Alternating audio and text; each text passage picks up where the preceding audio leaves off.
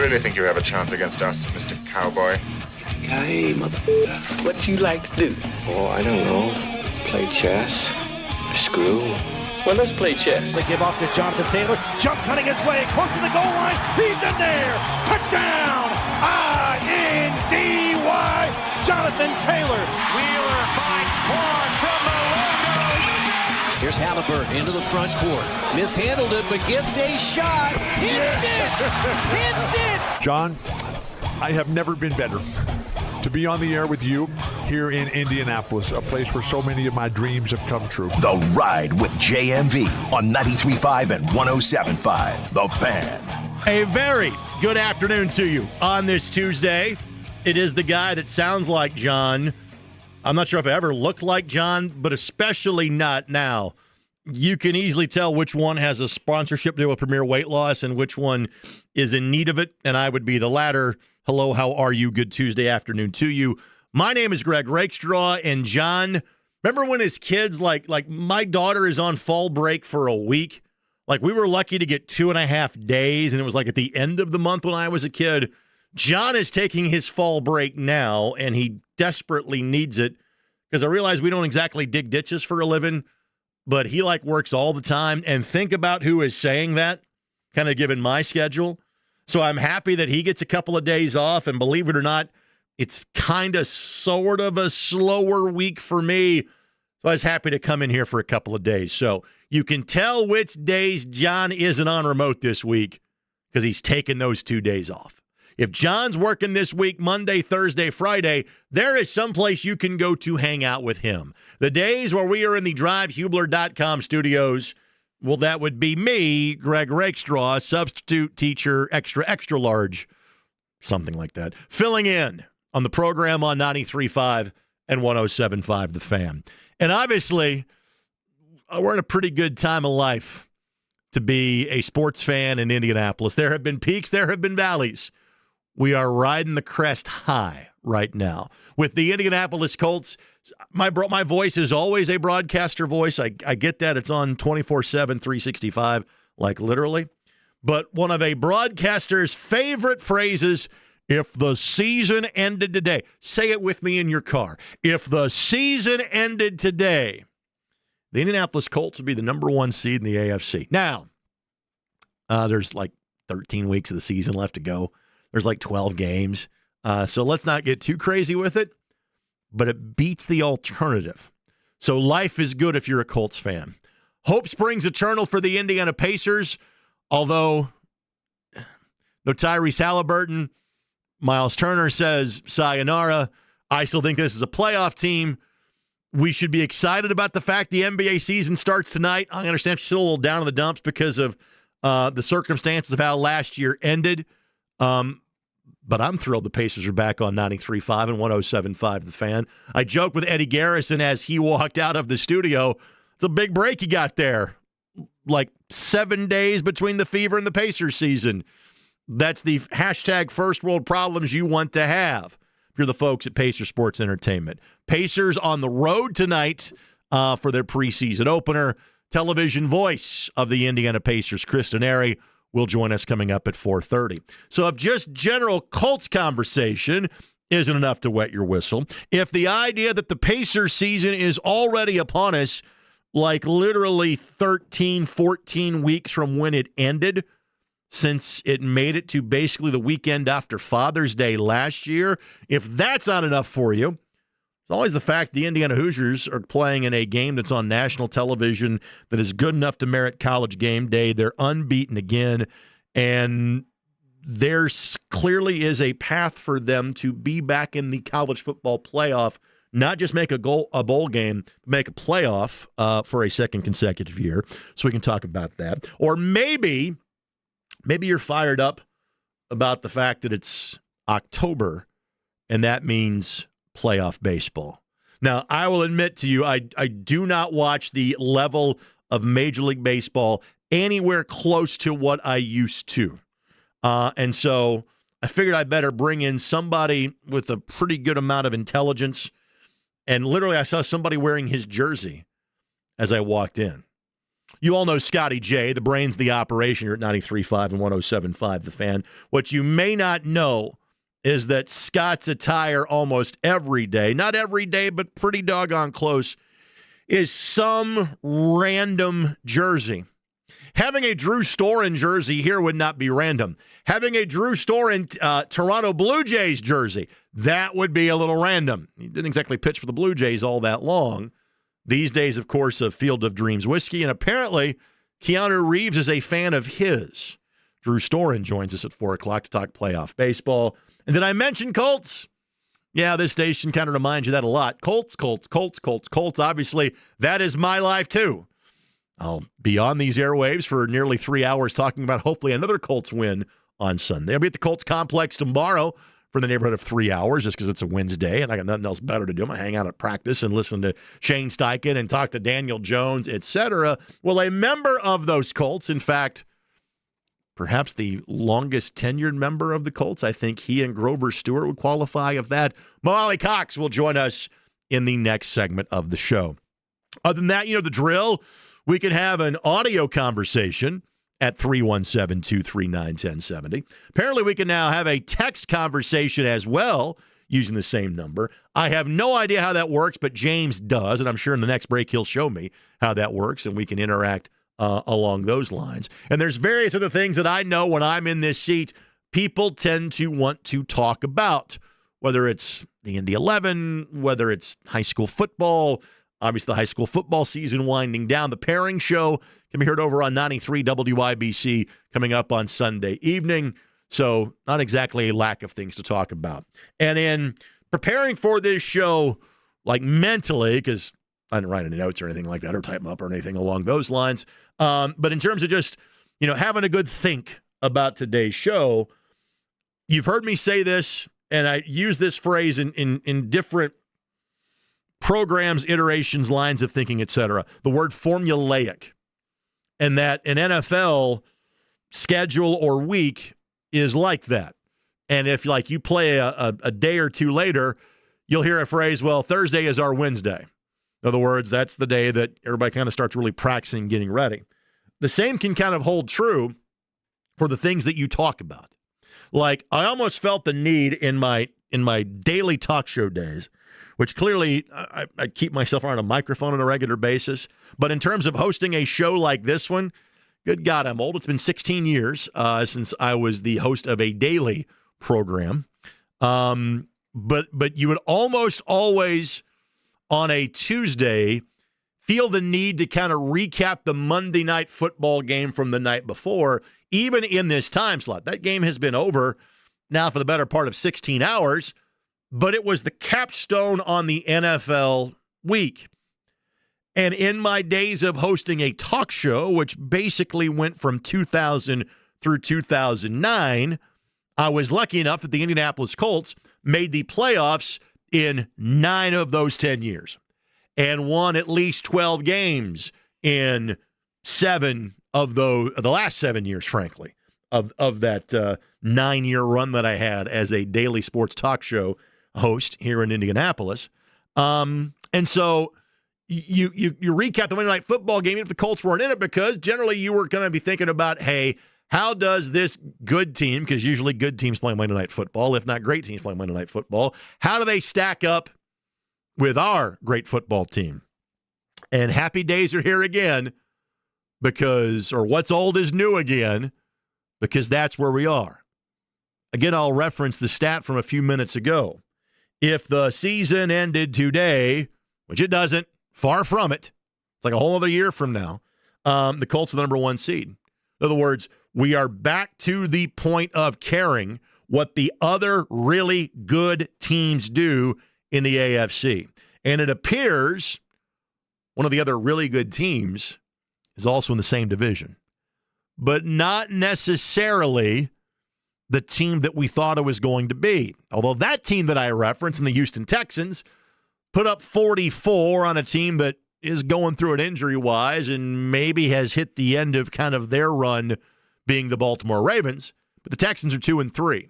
And they are 2 games back of I'm safe to say that here, Indianapolis Colts. and the Jacksonville Jaguars. You know, what we thought we knew about the AFC South going into the year was, hey, the Texans are probably the favorites. The Titans are going to stink, and even though they won on Sunday, that has kind of been confirmed. And then the Jaguars and the Colts were not quite sure. Not quite sure.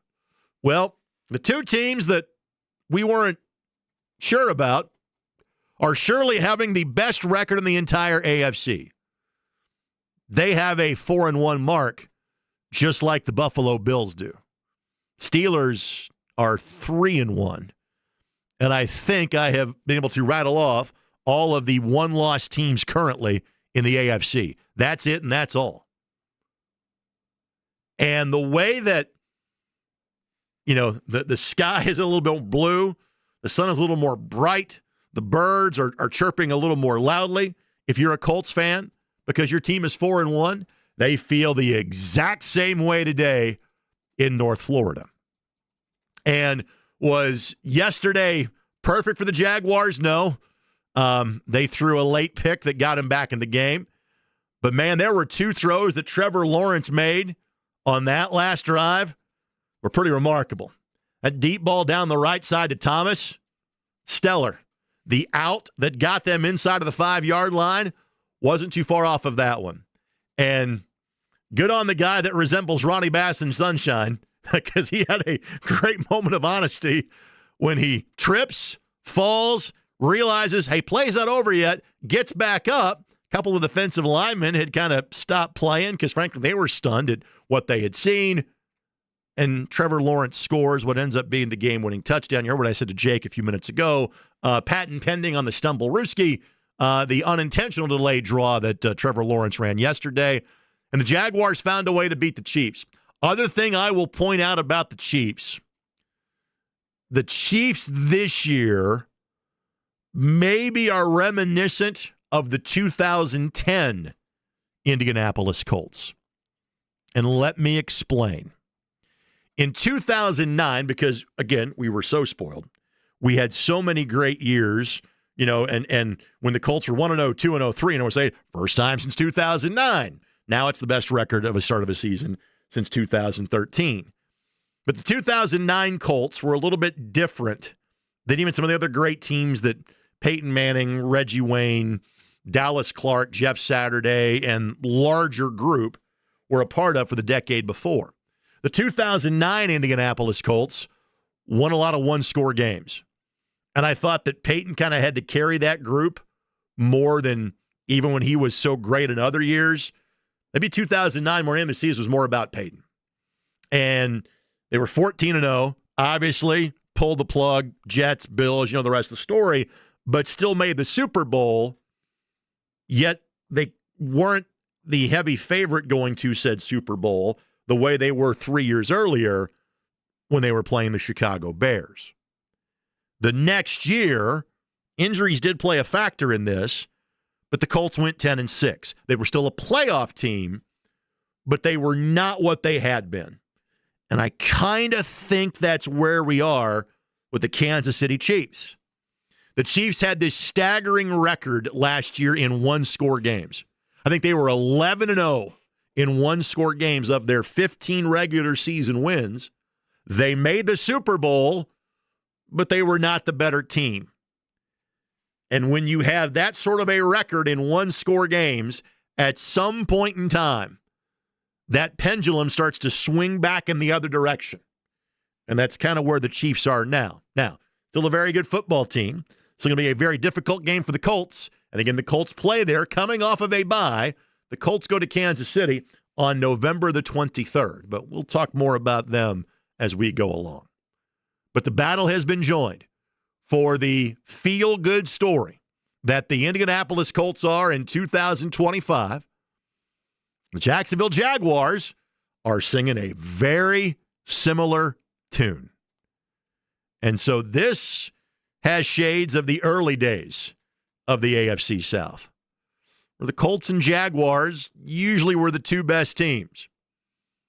We shouldn't write off the Texans just yet, but these two stories are neck and neck. And so now you're at a point for the Colts, where it's not just about how did you do on Sunday. That's the players' focus. We as fans don't have to live by that same mantra. We can kind of look around and enjoy this. You're hearing the national folks talk about your team more often. It's not just us on the Fan. Various power rankings, whatever stock you want to put into those. I thought about doing a set of my own today, but, day job got in the way. Again, I think the Colts are a pretty good football team. I have seen them rated as, some power rankings has them 3rd, 4th, 5th. All of us would take that going into the season.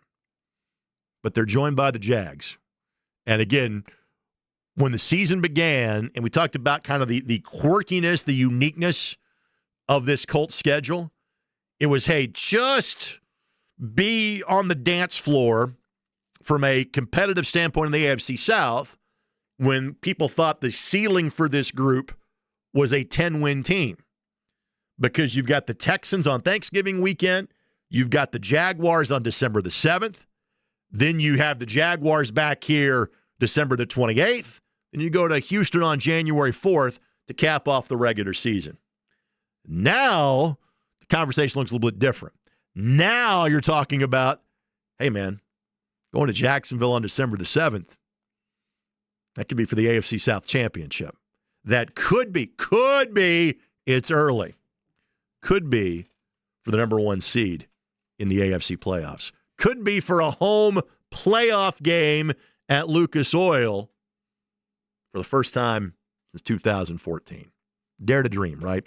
Again, there's a lot of things that will take place from now until then. But it's okay to be thinking about that. Okay to kind of have those conversations. I'm happy to have those conversations with you. 317-239-1070. Whether you want to use voice or text, either way, we can have that chat. You want to interact with me on Twitter? At Greg Rakestraw is the way to do that. As I tell people, you got the bat phone. Feel free to interact with me that way as well. One other piece of kind of national NFL news that got my attention.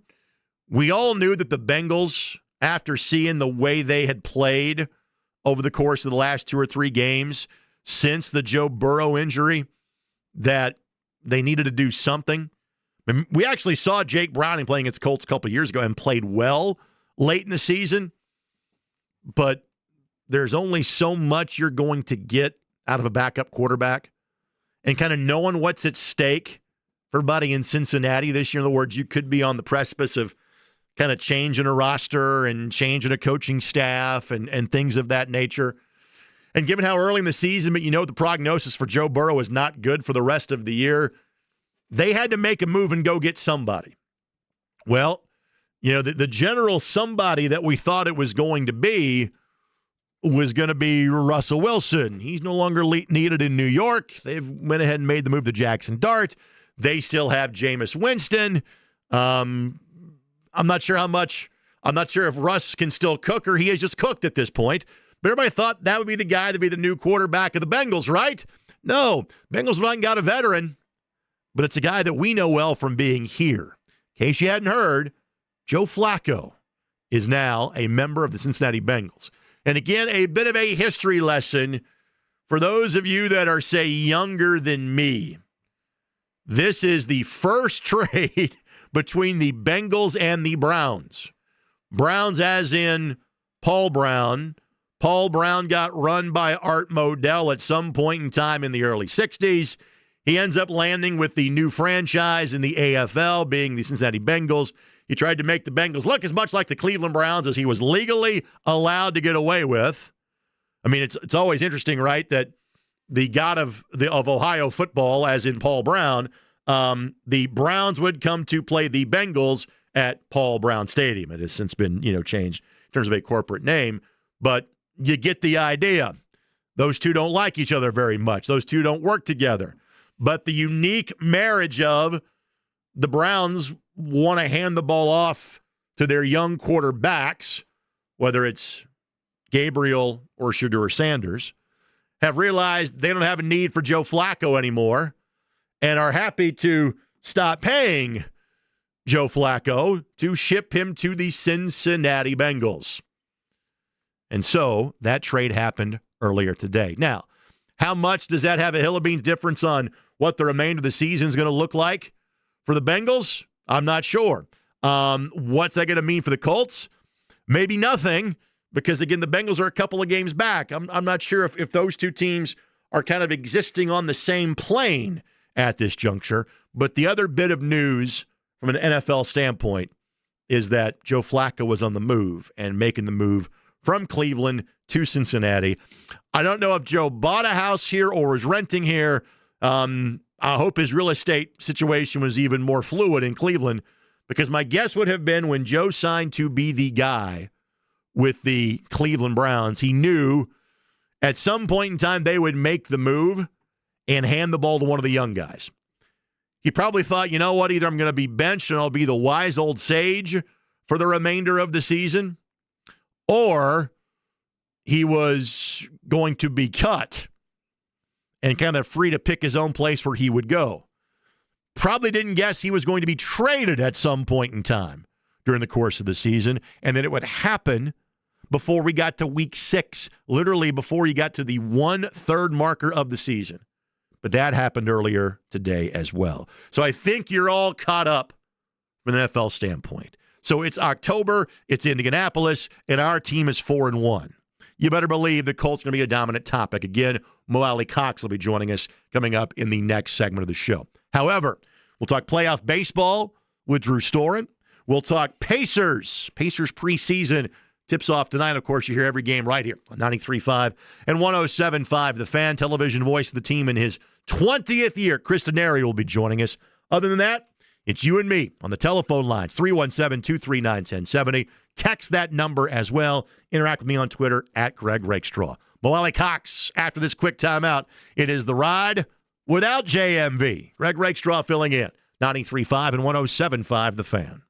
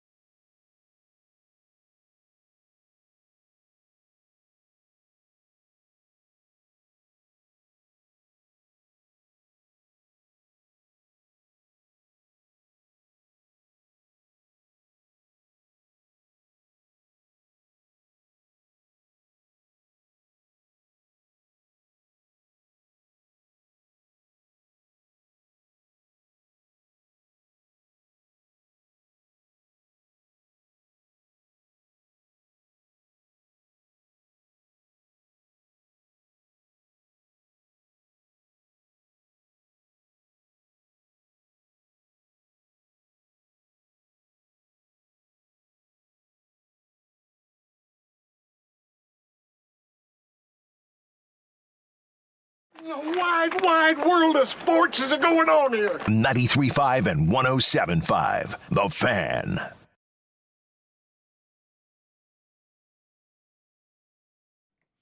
I don't know if you're working for the weekend already on a Tuesday. I think I know somebody that is working this weekend. I do that a lot. Working sports is what happens. But this is not official from the Indianapolis Colts, but given the source, I have no doubt about the veracity of this subject. In case you were wondering, because the Colts don't currently have a kicker on their roster, apparently they're about to, and it's one you have seen in uniform for the Indianapolis Colts before. This is from Joel A. Erickson via the Indianapolis Star. The Colts are bringing in Michael Badgley to be the new kicker of the Indianapolis Colts, given the season-ending injury suffered by Spencer Schrader on the blocked kick attempt in the first half of the game against the Las Vegas Raiders on Sunday. Badgley kicked for the Colts in 2021, but his relationship with the Colts goes back to 2018. And seemingly for many years, the guy that would come in and be the camp leg to thin down the workload on Adam Vinatieri, that guy would be really good and kick for somebody else. Badgley was of that group. Brandon McManus was of that group. I'm sure there are others that I am spacing off the top of my head. But Badgley's NFL journey began being the camp kicker for the Colts in 2018. Obviously didn't make the team then, but then went on to be the kicker for the Los Angeles Chargers for the better part of the next 3 years. Came in to replace Rodrigo Blankenship for a chunk of 2021. Spent time with both the Bears as well as the Detroit Lions. Missed all of last year due to an injury. Badgley is 30 years of age. His career makes 82%. Now, in terms of his range from 50 plus, it's not been the best. 5 for 13. But again, you are going deeper into the pool of active kickers. And one thing that happens is that teams have, their kicker. Obviously, everybody has one. That's 32. If we had an intern, I would send him to research this stat right now. James is too busy. He's got to read me text and things like that and answer the phone when Alie-Cox calls any moment now. But I would guess that half the NFL teams or more stash an additional kicker on their practice squad.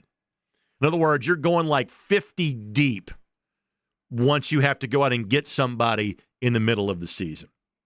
So the Money Badger, Michael Badgley, again, not official yet, but it's been reported. Again, give credit to where it's due. Joel A. Erickson saying it, that he will be the new kicker of the Indianapolis Colts.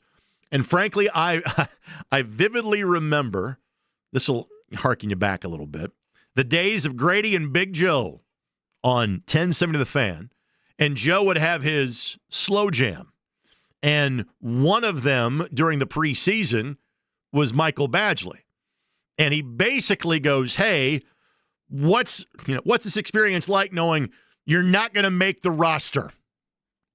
And the kid kind of stuttered and stammered. And like, well, I'm still competing for the job. And we're like, that's probably not the way it works around here, buddy. But clearly that confidence has led him to having an NFL career where he has appeared in 64 games over the course of 6 different NFL seasons.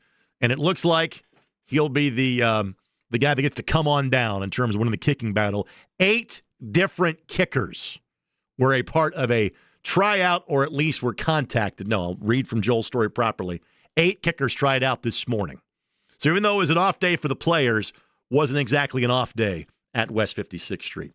A guy who is taking time on his off day to chat with me is a part of his best start in his now 9 years with the Indianapolis Colts. It is Mo Alie-Cox that joins us on the Andy Moore Automotive Group hotline. Mo, how are we doing today? I'm doing good. How you doing? I'm doing fine. You just heard that stat. This is the best start you have been a part of. How is life treating you after 5 weeks of this season? Feeling pretty good, honestly. Just got to keep it going. But definitely feeling great right now. Waking up a lot happier at the start of the season. The obvious answer to this is wins. That's what's different about 5 weeks in versus at times in previous years. What are the things that you were noticing during the week in games that are leading you to that maybe you hadn't seen in previous editions of this team? I would say we're just more so focused on our process instead of the end result. Just going about our day-to-day activities more diligently and different things like that, practicing a lot harder. And then a bunch of guys, we just hang out more off the field and things like that. So building that chemistry, and it's been like that since OTAs. All right, with that, let's talk about the guys in the room. And obviously, everybody's got their attention on the other guy that is out there with you more than anybody else in the tight end position, and that is Tyler Warren.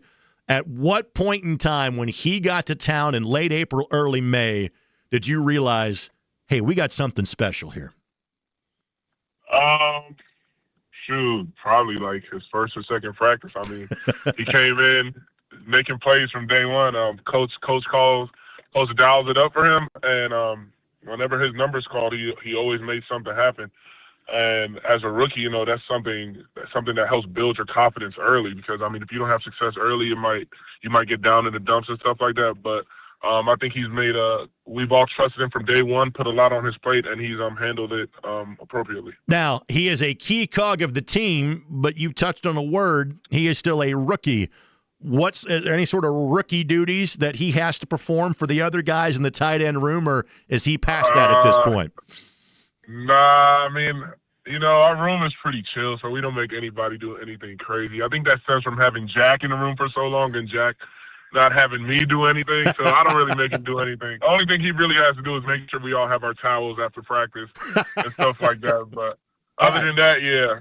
And have some snacks in the room. But other than that, we don't make him do anything. He's got a couple of things to do, so he's not off the hook completely, but nothing embarrassing. Not completely, but it's nothing crazy. All right. Was there any part of you when he gets drafted, you go, well, there go my catches? Or is it immediately, you know what, this guy's going to help us win. That's all I need to do.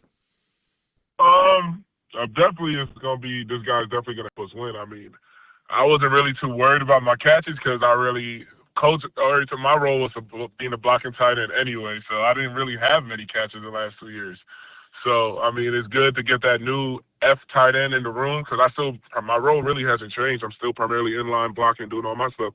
But now we have a guy in the room who can make plays in a passing game, and he can really do it all, honestly. So if you haven't known, we've done a lot more 12 and 13 personnel this year, and we've had a lot of success out of it with him in the room. I would assume that you knew this, and we all kind of learned this, that if the Colts had attempted a field goal, Drew would have been the snapper after Spencer got hurt. Is that a factual statement?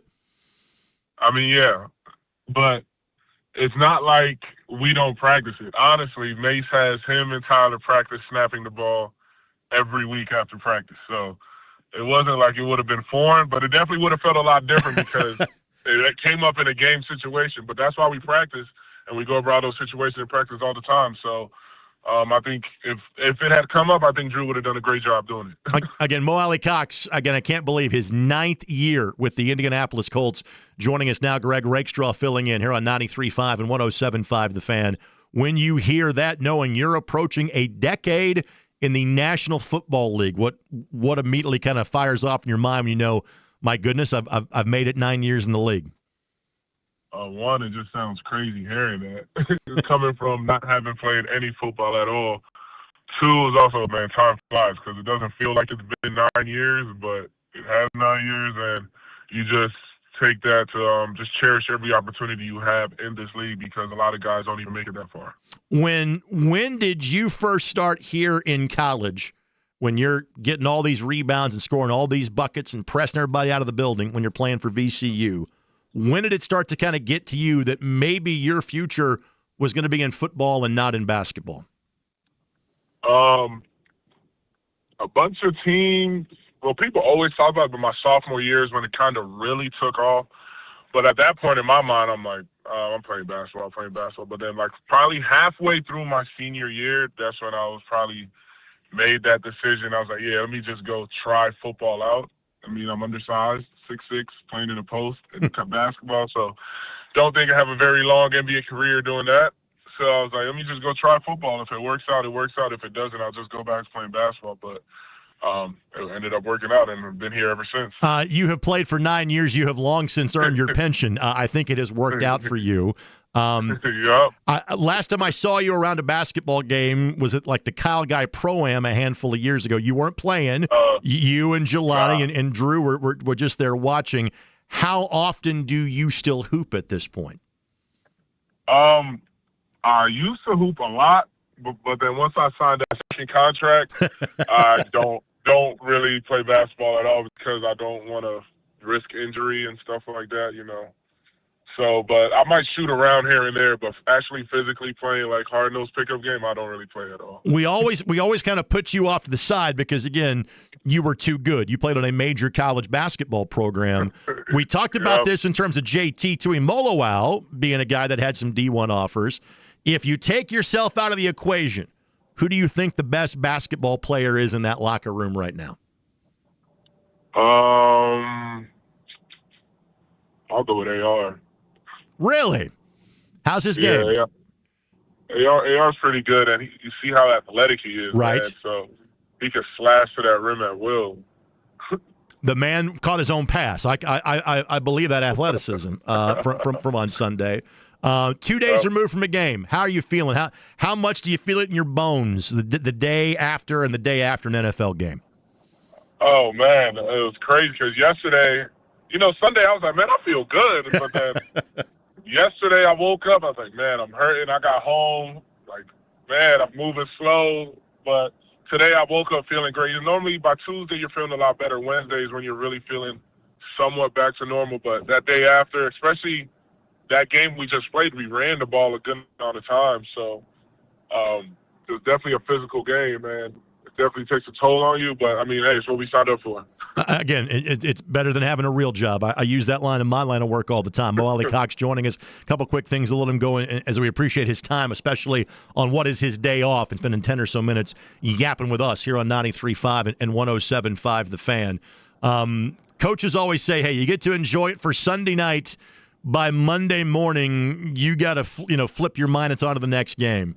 At what point in time do you really shift your mentality from, hey, Sunday was great, but now it's the next one? When do you kind of flip that switch yourself? Typically around Monday, around like 3 o'clock. I mean, because we win Sunday night, go in Monday, we watch that film from the game. So it's kind of hard to turn the chapter if we're watching the film again. So literally watch the game, enjoy the good plays and stuff like that. But then that Monday night, we're moving on to the opponent, watching film on who we're playing next, and installing our own plays and different things like that. Because, I mean, week-by-week league, and a week goes by fast. So you don't try to dwell on any win or loss too long because these games come at you fast. Now that it is, again, year 9 for you, it's you and Grove. You are the guys that have been here the longest of this group. Have you tried to change how you go about doing your job from a leadership standpoint? Has that changed at all for you the last couple of years, Mo?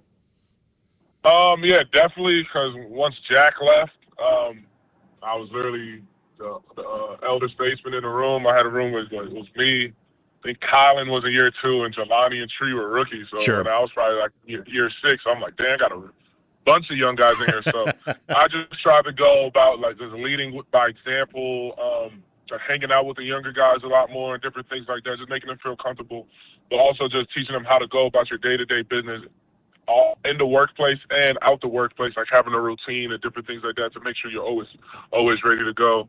And I think we're like having Tyler in the room now. I mean, I have Tree who's been here this is Tree's 4th year now, so he understands it, so he also helps me lead in the room also. Again, Mo Alie-Cox, our guest. Finally, before we let you go, and again, you've got 3 months for this to all play out. But as it lines up right now, you're in line, frankly, for the number 1 seed. But as it relates to the question I'm about to ask, you're atop the AFC South. And for the things you've accomplished in your career, you have never had a chance to play in a home playoff game at Lucas Oil Stadium. What would that mean to you if that happens come January? Oh man, it would mean the world. I mean, we have a very active fan base. And we've had like playoff caliber games at home before, but to actually have a playoff game at home, it would be crazy for sure. No doubt about that. Buddy, go enjoy the rest of your day off. I'll see you tomorrow at practice. Yes, sir. You have a nice one. You too. Mo Alie-Cox, not kind enough to join us. 32 years young. Of the players that have thrown the ball or caught the ball, he is the oldest Colts player.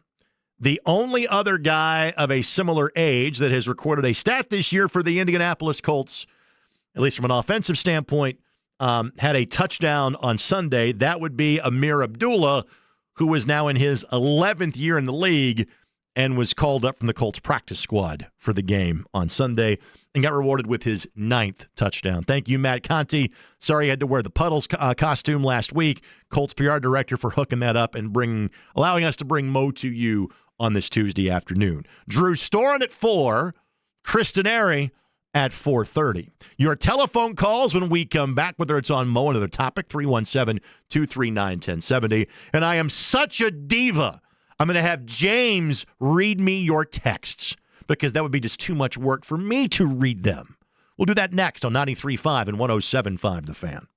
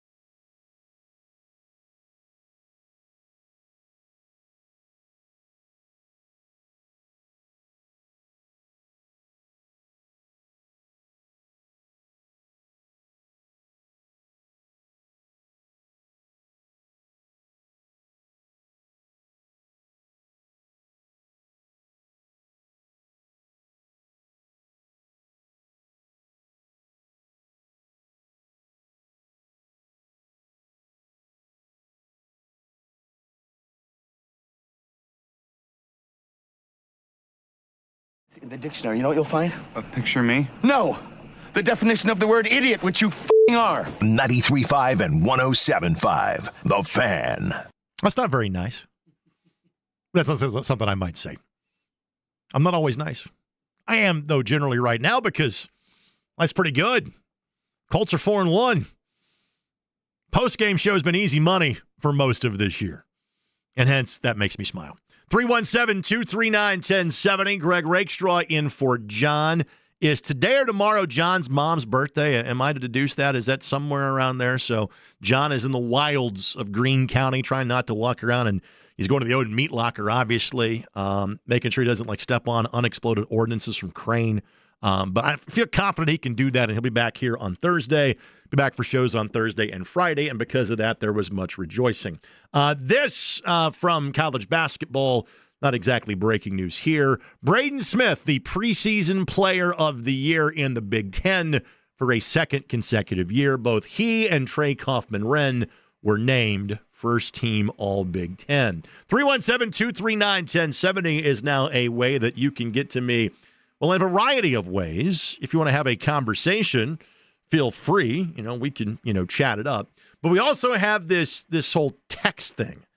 And apparently, my substitute teacher status, I do not get to be on the text chain. I feel less cool because of this. But James is, and I want to get him more mic time anyway. So, James, if you don't mind, read me some text and I will interact with the listeners in that fashion. So we have got JR and New Pal asking what you think about the New Pal Cathedral matchup in sectionals. I think New Pal is really good. Obviously, Cathedral is coming off a tremendous win in beating Center Grove and led that game led 18-0 before winning it 21-15. So maybe that game might be a little closer than I gave it credit for. But New Pal has been the team that I think is going to be the 5A champion. I think they're frankly playing their way to 6A. A game with Cathedral will never be easy, but I would still lean towards New Pal. JR, I hope that answers your question. Next up, we have got Jake Riley. He is asking, are you a Benedict Mathurin fan, and what are you expecting from him this year in order for him to get an extension from the Pacers? I don't know if an extension is coming, but I think this is going to be a great year for Benedict Mathurin. And there are clearly two players that are going to benefit the most from how things have changed for the Indiana Pacers. Benedict Mathurin is number one. I remember last year I would get flack by saying Benedict Mathurin is the definition of a sixth man. He's an absolute gunner, mercenary sniper, and I mean that in the nicest way possible. Ben, here's the ball. You got 20 minutes. Take as many shots as possible. Do what you can. If you don't have it, we'll pull you for somebody else. If you're on, you're going to get more run and you're going to get more buckets. There were obviously times in the postseason he was fantastic. And there were times in the postseason you'd like to forget what happened. But now without having, you've got Nembhard that can play Ty's role. You've got TJ McConnell that does what he does. While neither of those guys are Tyrese Halliburton, and few are, I still think the Pacers at the one position are in really good shape. Are they as good? No. Are they still a playoff caliber team? Yes. But now if Nembhard is focused more on getting other guys the ball, who is the biggest benefactor of that? It's Benedict Mathurin. Again, I think he's probably playing to earn a big contract from somebody else. But the Pacers can still benefit from that by basically saying, all right, those 20 minutes you were getting, now you're getting 30 minutes a night. And frankly, you're going to have a little more leeway from an offensive standpoint. The other guy that we finally don't have to figure out like some sort of rotation, paper, rock, scissors to get him to say, all right, you're sitting, you're playing. Jarris Walker now will have defined minutes. And it has almost been, all right, let's make this square peg fit into a round hole to make sure Jarris can play. Well, now you've got less bodies in front of him. So the ask is going to be different for him. But now he has defined minutes on this team. And so are the 2025-26 Indiana Pacers going to be as good as the 2024-25 Indiana Pacers? Probably not. Are the 2025-26 Indiana Pacers going to be better than most people outside of Indianapolis think they're going to be? Probably. who are the two guys that are going to benefit from the opportunity because one player unfortunately won't be able to play for you this year, and the other no longer wanted to play for you this year. Those guys are Benedict Mathurin and Jarris Walker. Thank you for the text. Any more to share with the class? Last one for this segment, I guess. We will go with Jalen. She is chiming in with Rake. When are we getting our NHL team? It is opening night for the NHL season. There is a triple header that starts at 5. I don't think an NHL team is coming here. I am happy that the Fuel seemingly are in the best position they have been in by being in the new Fishers Event Center. I spent a lot of time in the Coliseum, and I want that venue to be successful. But at the same time, the Fuel now kind of have their niche up in Fishers. And the entertainment district around it is fantastic. The accessibility, getting off of I-69 to get there is great. Parking, but you'll figure it out. But the Fuel are in better shape than they ever have been. But again, folks, the Fuel play in the ECHL, which is the AA of professional hockey, not even AAA. I would love to see a franchise here because I treat sports like I do buffets. The more, the better. But I don't know if there is truly enough of a dedicated fan base to make that happen. Jalen, for your sake, I hope you're right and I'm wrong. But my guess is that there's not enough hockey to go around. By the way, for those of you that live south of Indianapolis, there's a new professional hockey team for you. The Indiana Sentinels begin play maybe this weekend in Columbus. So there's a free plug for the Indiana Sentinels playing in the Federal Prospects Hockey League. Didn't think I'd be giving that on the program today. We'll take this quick timeout. Drew Storen joins us next. It's Greg Rakestraw filling in for JMV 93.5 and 107.5 The Fan.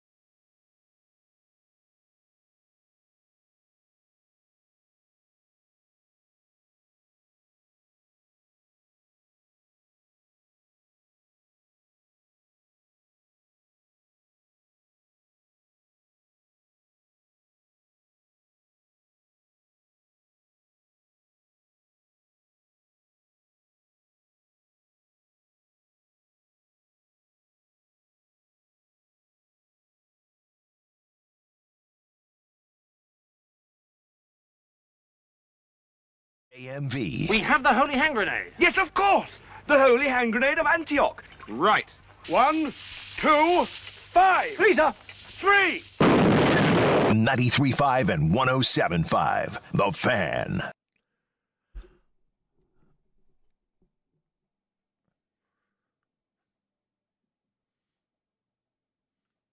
Greg Rakestraw filling in for JMV. This sounds like something that could easily play on the takeover on a Saturday night. I am a listener, even if I am not as frequent of a caller of that program as I used to be. Just because the man is so popular, I can never get through. But I guess I had better make sure to get my phone calls in. He's like 6 or 7 weeks away from his Saturday night hiatus. He has like 4 or 5 Saturday nights off the entire year. Hope he takes advantage of it. John getting some well-deserved time off. You are stuck with me tomorrow as well. And my name is Greg Rakestraw. Hello, how are you? There are certain people that when I'm doing the show, I go, I'm going to lean on this buddy of mine because I don't give him a free plug. I don't mind bothering him for 10 minutes. Kind of like this next guest. Drew Storen stops by to say hello and talk, well, a variety of things, but a little MLB playoffs as well. How are you, my friend? Rick, I am outstanding, and you? I'm good. So you and Keanu Reeves are buddies now, huh? Yeah, we go way back. Yeah, man, that's a lot of people think he was AI, but that was actually happened back in May when he was in town for the race. So kind of a cool thing we sat on to help launch our merch. But yeah, certainly a cool thing that you could never even dream of when you start a whiskey company. All right, so for those that do not know, I think you know what Drew's doing by now with terms of Field of Dreams, but there is this picture of Keanu with said Field of Dreams bottle. Now, my guess would be even with your status as a guy that played in the bigs for a decade, you're not exactly going to be reaching out to John Wick himself. So, like, have you, like, gotten in touch with his people about this? How do things like that take place behind the scenes? No, just a lot of luck. I got a friend of mine that was working on a documentary with him, so they got into talking bourbon, and he just fired a text over and was like, hey, this is random. Can we get a bottle for Keanu? And I'm like, so I assumed it was like him talking about a buddy that like, hey, here's a lookalike or something. Like, I was like, well, Keanu, like who? He's like, no, like that, Keanu. I'm like, oh, absolutely. Like, dude, whatever it takes, man. Like, yeah, that'd be cool. And it was one of those things too, where I'm like, look, if I can get a picture of it, that would be amazing. Like, just to have it, like whether we'd actually use it or not, but Keanu being the cool guy he is, it wasn't an issue, so we posted it. So it's pretty surreal, man. So have you guys actually had a conversation, or you just happened to get him product? That's it. No conversations. I don't even know what I begin to say to a guy like that. But as you said, by all accounts, he is like the most down to earth like star you can meet. Like he's not like he doesn't want it when he's here for the 500. He's a gearhead. He just wants to kind of hang out. He's not exactly one to do publicity and stuff like that. Yeah, it'd be cool if I ever got the opportunity, that's for sure. All right, so what is new with Field of Dreams these days? Well, we are currently trying to get our new SKU out on the shelf. We're hoping by the end of the month. We're calling it All-Star, so it's the largest blend of whiskeys ever. We have taken our juice and blended it with a barrel from every major league market. So we went to Sagamore in Baltimore and like Old Potrero in San Francisco, and asked for kind of like their calling card of a barrel, and we're blending it all together like an all-star team. Very cool. Website or social for more information? Yep, at Drink Field of Dreams. So, and drinkfieldofdreams.com. We'll stay tuned on that. Like I said, we're starting to sell our hats now. Had enough people ask about it, so I figure we put them on the website, so that's been cool to see. I'm always a big hat guy. So, yeah, man, everything has been pretty awesome, to say the least. Well, I'm so happy that your second career is equally as fun and cool as your first career in terms of being a major league reliever. But I have to ask, and I was explaining to somebody off there a couple of days ago when somebody asked me about your dad, and we'll get to him in a second. But what I told him, I said, it's really funny that Drew is in the whiskey business, because I'm not sure his dad has ever had like a drop of alcohol, or if he does drink, it is very rare. So have you actually gotten Mark Patrick to sample the product at this point, or does he simply leave it alone? No, he has yet to take a taste of it. I know he's had one shot of beer back when Ball State made the tournament, and that's been the extent of it. But he did admit to the full-time host of this that he kind of has to do it before he dies. So yeah, and hopefully that's not anytime soon. Right? Yeah. So I'm in no rush. But yeah, no, that'll be it'll be pretty funny. The fact that you and he referred to as a shot of beer should tell you somebody doesn't drink on a regular basis. Just having that right. combination of things together means, it stays more of a dry lifestyle. That's right, 100%. All right, is he still like remaking garages and furniture in his retirement? The most recent project, and this has shocked everybody, he's actually killing all his grass. So put in turf, like a little putting green in the backyard, and then the front yard is going to be turned into like a rock garden or something so that he doesn't have to mow the grass anymore. So again, pretty amazing turn that you never thought that my dad would say. I can see why you went to Stanford, smart man. And you get it from both your mom and your dad as well. All right, 6 minutes in, let's talk a little Major League Baseball playoffs. First of all, as a dad, as a successful entrepreneur, exactly how much baseball do you watch these days? I try to watch as much as I can. Usually, fitting it in between a practice or some games. But yeah, it helps with some of the games late at night to be able to watch it when all the other festivities had died down. I resemble that remark.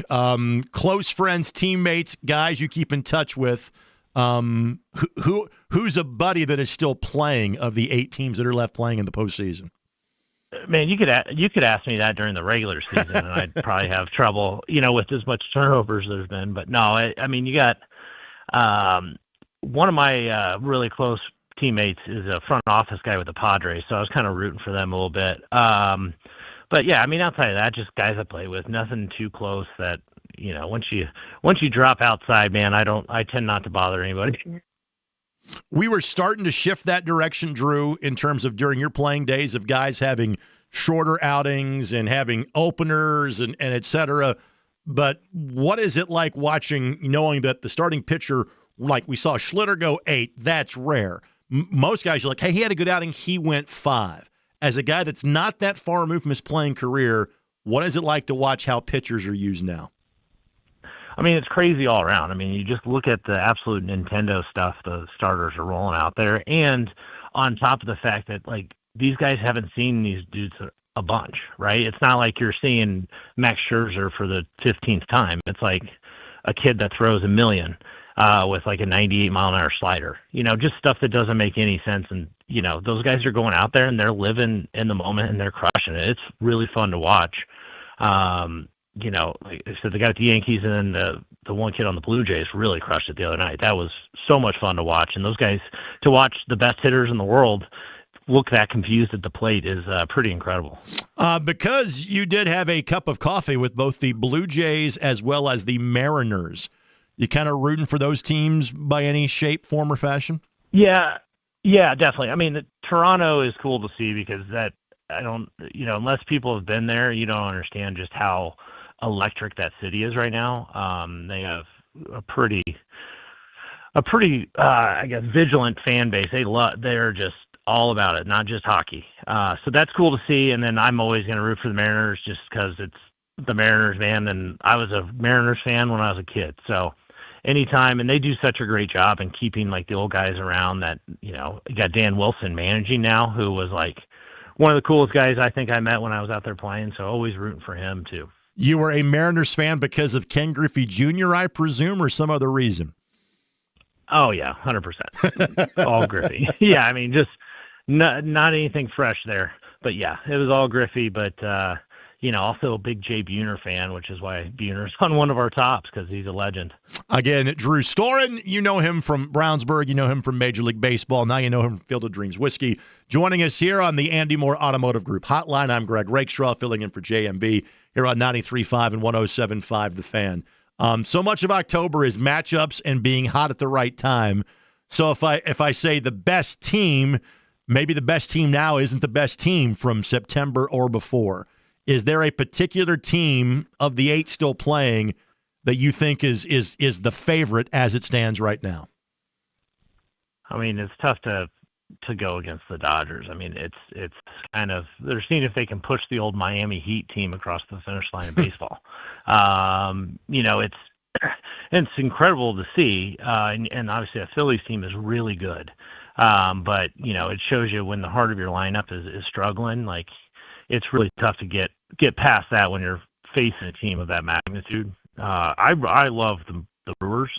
I'm a big Pat Murphy fan, and like their bullpen is really impressive. And, that's the kind of the weak spot with the Dodgers that you're seeing, Dave Roberts using starters out of the bullpen, which it can work, but that is always a risky play in the playoffs because that doesn't always translate. But when you don't have trust in your normal guys, that puts you in a tough spot. You're a very unique person to ask this question to. And so I'll do my usual long-winded explanation and question. I vividly remember how giddy you were to talk to Vin Scully while he was the voice of the Dodgers, given what your dad has done for a living. I reference this because of Milwaukee to some degree playing for Bob Uecker. A, do you think they are? And B, what is that relationship like with guys on a team and the guys that are their team broadcasters that they see for 100-something dates out of 162 a year?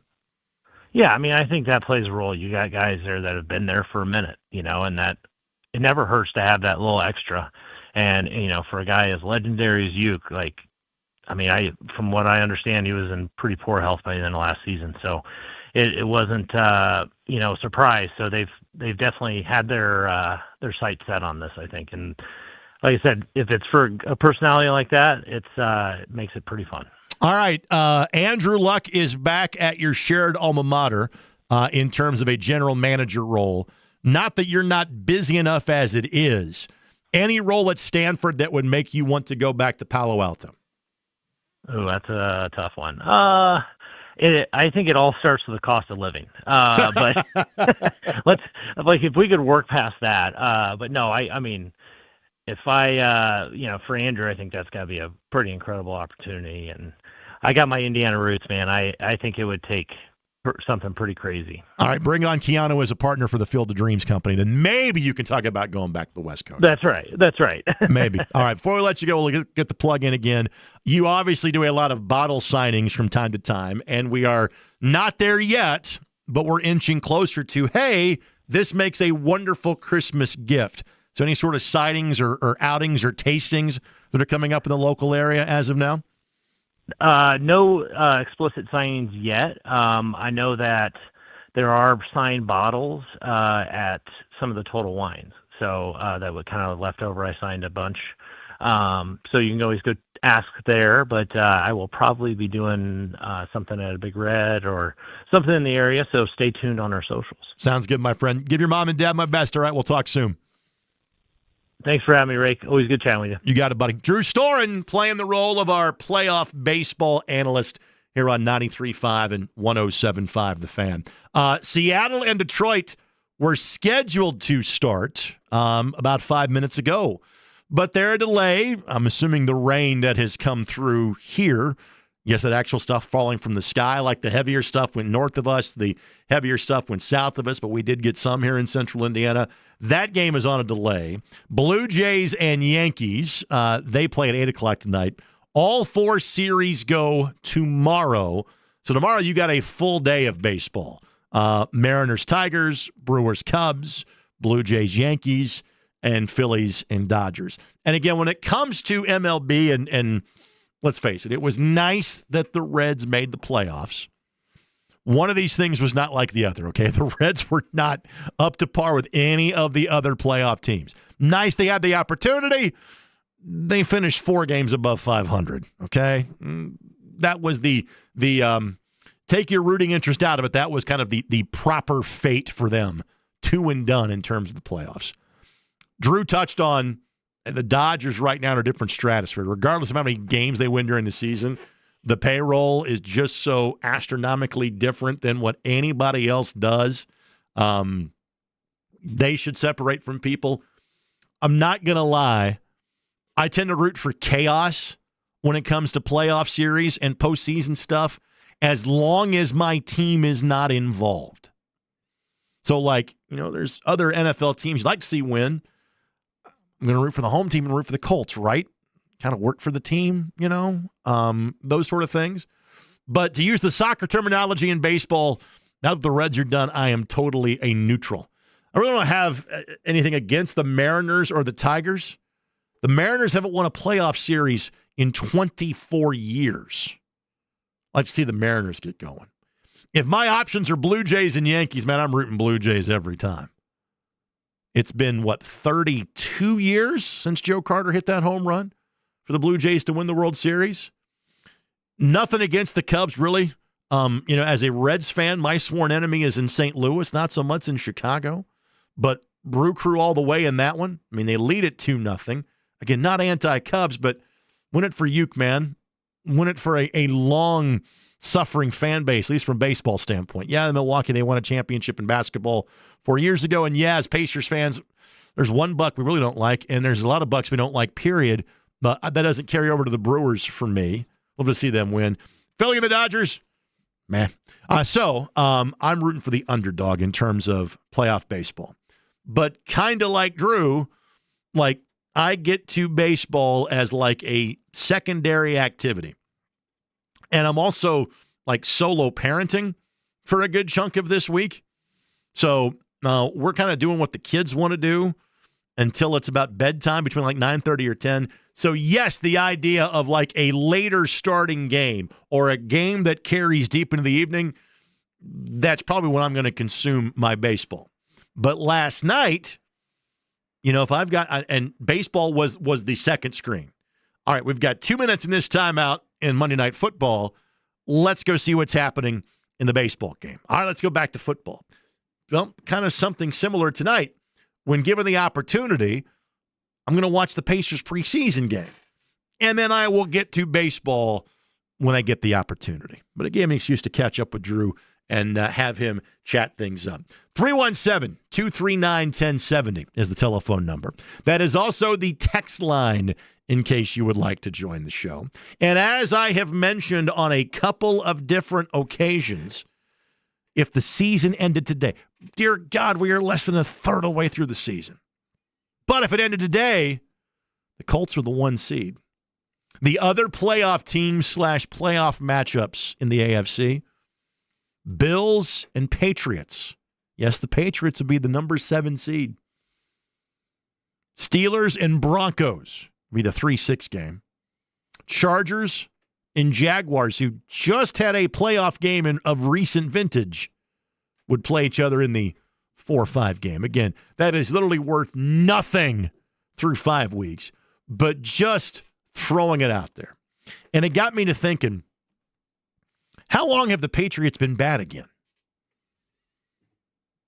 Because they cratered the last 2 years at 4-13. And believe me, there is nothing even remotely close to sympathy coming from anybody here about the Patriots. We obviously know how good things were for the Indianapolis Colts and how mediocre to bad things have been on that front since then. No division title since 14, no home playoff game since 14, no playoff game since 20, no playoff win since 2018. Well, you know who else has that exact same stat? No playoff wins since 2018? The New England Patriots. 6 years since they won a playoff game. The last playoff game they won, Super Bowl 53. Overtime win against the Rams.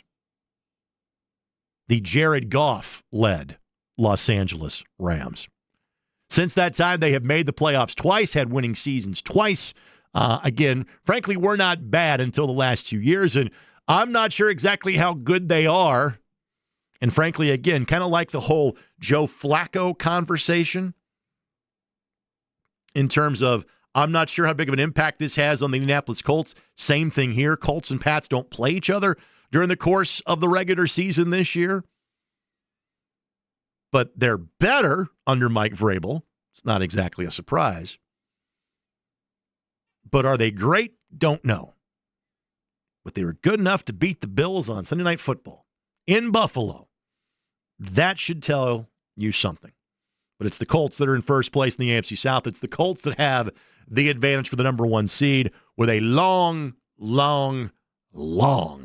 time left to go. Any texts I need to get to on the text line, Mr. James? We have got Addison in Indianapolis asking, how do you feel about the Monon Bell game this year, and does Wabash reclaim what's theirs? Man, we're getting all the specialty Greg Rakestraw questions today, aren't we? Oh, yeah. I was over at DePaul on Saturday. We, as the ISC Sports Network, now produce all DePaul home football games. I felt it would be unfair to my neutrality in the Bell game to do a bunch of DePaul football games. I wanted to do one to familiarize myself with the team before then doing the Bell game on November the 15th. Unfortunately, in my schedule, the game that was easiest for me to do was this past Saturday's game. And why do I say unfortunately? Nothing to do with DePaul. It was their opponent. They're playing Oberlin College, who was once coached by John Heisman. Yes, that Heisman, as in the trophy. An Oberlin College team that is the last in-state team from Ohio to beat Ohio State in 1921. It's also the same Oberlin team that the last coach to leave Oberlin with a over 500 win percentage left in 1929. It was an Oberlin program that had two different 40-game losing streaks in the 90s, and an Oberlin program that has 37 players in the roster and played 31 guys and requested 12-minute quarters, and DePaul won 75-0. DePaul is number 10 in the country in Division III. Now, I think Wabash is improved. Wabash has been good. DePaul has been great the last 3 or 4 years. I'm not sure if this DePaul team is as good as previous DePaul teams. They're still really good. Wabash is better. They did just lose at the new team in the league, John Carroll, the alma mater of Don Shula, by the way. Lost 31-28. In talking to my Wabash sources, they felt the Little Giants may have given that game away in the first half, and if they played them a second time, they'd have a better chance at them. In other words, I expect the Monon Bell game in Crawfordsville to be fantastic. The other big news in that series that was announced yesterday, DePaul has played their games at Blackstock Stadium since 1941. That stadium is getting demolished next year. They'll be building a brand new facility on that site, which means I'm not sure where next year's Monon Bell game gets played. So just something to keep in mind going forward. But yes, the Monon Bell has turned into one of my favorite events each and every year. I am honored to have that call. I do usually have the math on this pretty well mapped out here. So 39 days from now, November the 15th, ISC Sports Network. I think it's going to be a phenomenal game. And folks, if you have never been to a game, you have to do this one time in your life. If you're a neutral fan, the neutral people there are you, me, and the officials most of the years. That's about it. But at some point in time, you need to go and enjoy it. Like our next guest, he ain't neutral about that game. He's a Wabash College alum, the voice of the Indiana Pacers television side. Chris Denari joins us next. Preseason opener can be heard tonight right here on 93.5 and 107.5 The Fan.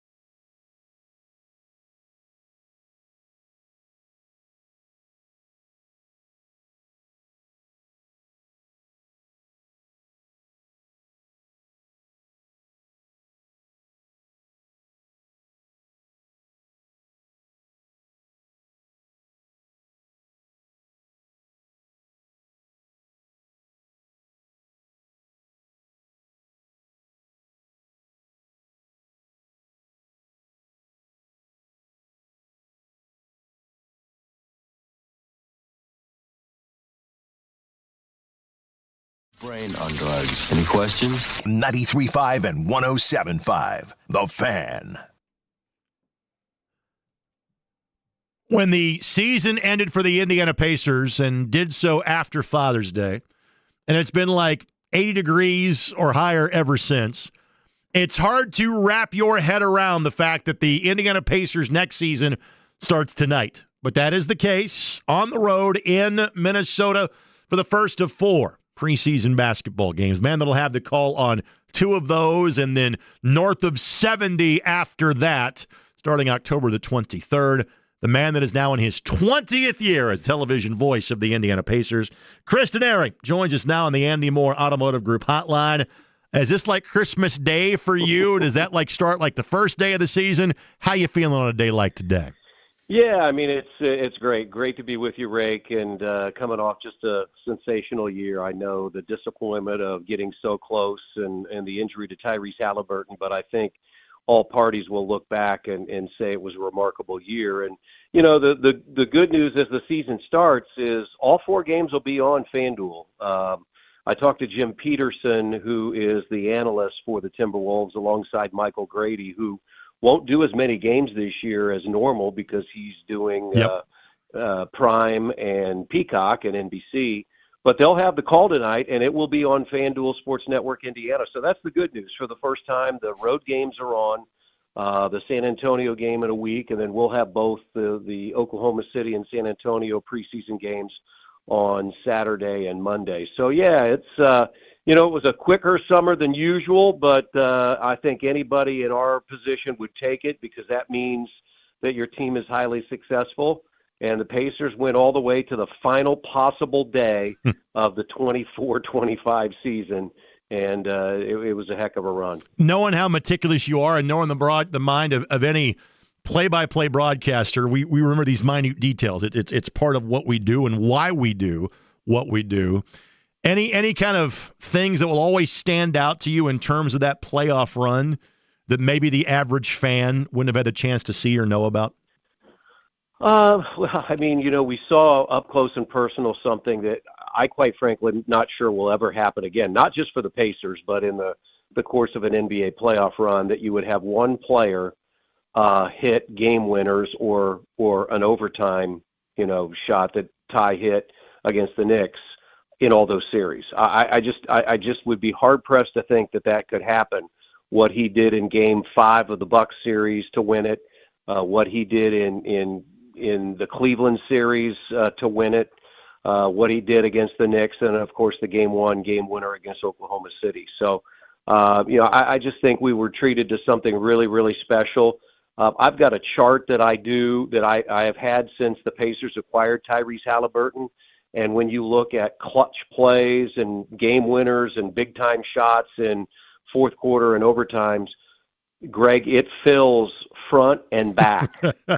And so I think that's something I've just added all of those that he added into the playoffs into this fantastic chart that I know we won't use this year, but we'll use in future years because I think he'll be back and in fine shape when he comes back for 26-27. Again, Chris Denari, kind enough to join us again. Pacers preseason starts tonight. Now, again, Chris's debut call is coming up on Saturday. He and Quinn will have the 2 home games, and again, the season tips off officially on October the 23rd. We were having this conversation earlier. A person that I think will have to take on a greater role. A lot of guys will have to do that, but it's an opportunity for Benedict Mathurin. It's an opportunity for Jarris Walker. Let's start with Benedict Mathurin. How does this season look different than last season for Ben? Well, he started the year last year for the most part as a starter. I mean, Nesmith was in there, and then Nesmith got hurt, and then Ben was a starter. But when Aaron came back, they moved Ben to the bench. And I think the one thing to watch, we know he can score. I think they will look to him to be an on-ball defender to take some of the pressure off Andrew Nembhard, because Andrew Nembhard will now be running the team, and they'll need more scoring from him. So they'll look for a multifaceted Benedict Mathurin. Again, we know he can score. He's been a better than a 16-point per game scorer in his career, but I think it's a chance for him to take another step in the learning process of what it takes to play Pacer-style basketball. And, I thought in the fan jam on Sunday, and I've had the chance to be at practice and watch them scrimmage, they're going to continue to play fast. They're going to continue to move the ball. They're going to continue to play full court pressure. So I think, Benedict just, again, continuing to evolve will be important for him. All right, let's get to Jarris Walker. And I don't think that we need to define things as 1, 2, 3, 4, or 5 anymore. The one you kind of have to in terms of your point guard. Of those other 4 spots, what role does Jarris kind of play with this team this year, knowing there's more of an opportunity for him? Yeah, I think you hit on it, Greg. When you look at the Pacers, they really play a lot of positionless basketball. I'm going to throw Jarris Walker. I'm going to throw Johnny Furphy into the equation, because at times in some of the scrimmages, I've seen Johnny Furphy play the 2 or the 3. I guess he could play the 4. I think Jarris Walker, he's one of the best passers that this team has. And so sometimes he's going to have the ball in his hands, and you might think he's a 2, but he could be a 3 or a 4. I think you could see him playing a lot on that second unit side by side with Obi Toppin. Sometimes the Pacers like to go small ball, and Toppin plays the 5, and then Jarris plays the 4. I just think that they have so many opportunities to use these guys in different roles, and that's the way they assimilate themselves to Rick Carlisle's system. What sort of minutes do you think Furphy is a regular rotation piece, at least at the start of the season? I think he has a chance, because I think, Greg, and we saw it in the playoffs, I think Rick will not hesitate to use 10 to 12 players. I really believe that. It's funny because most coaches say that when they get to the postseason, hey, we're going to shorten the rotation, right?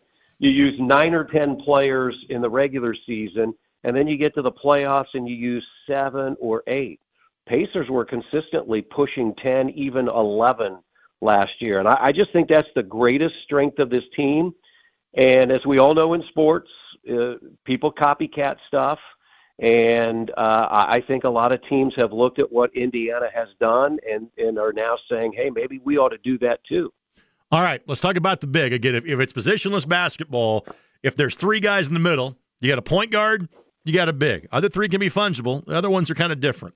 James Wiseman, Isaiah Jackson, Jay Huff, Tony Bradley. Yeah. It sounds like a pitching rotation, and maybe it is in how Rick Carlisle wants to use it.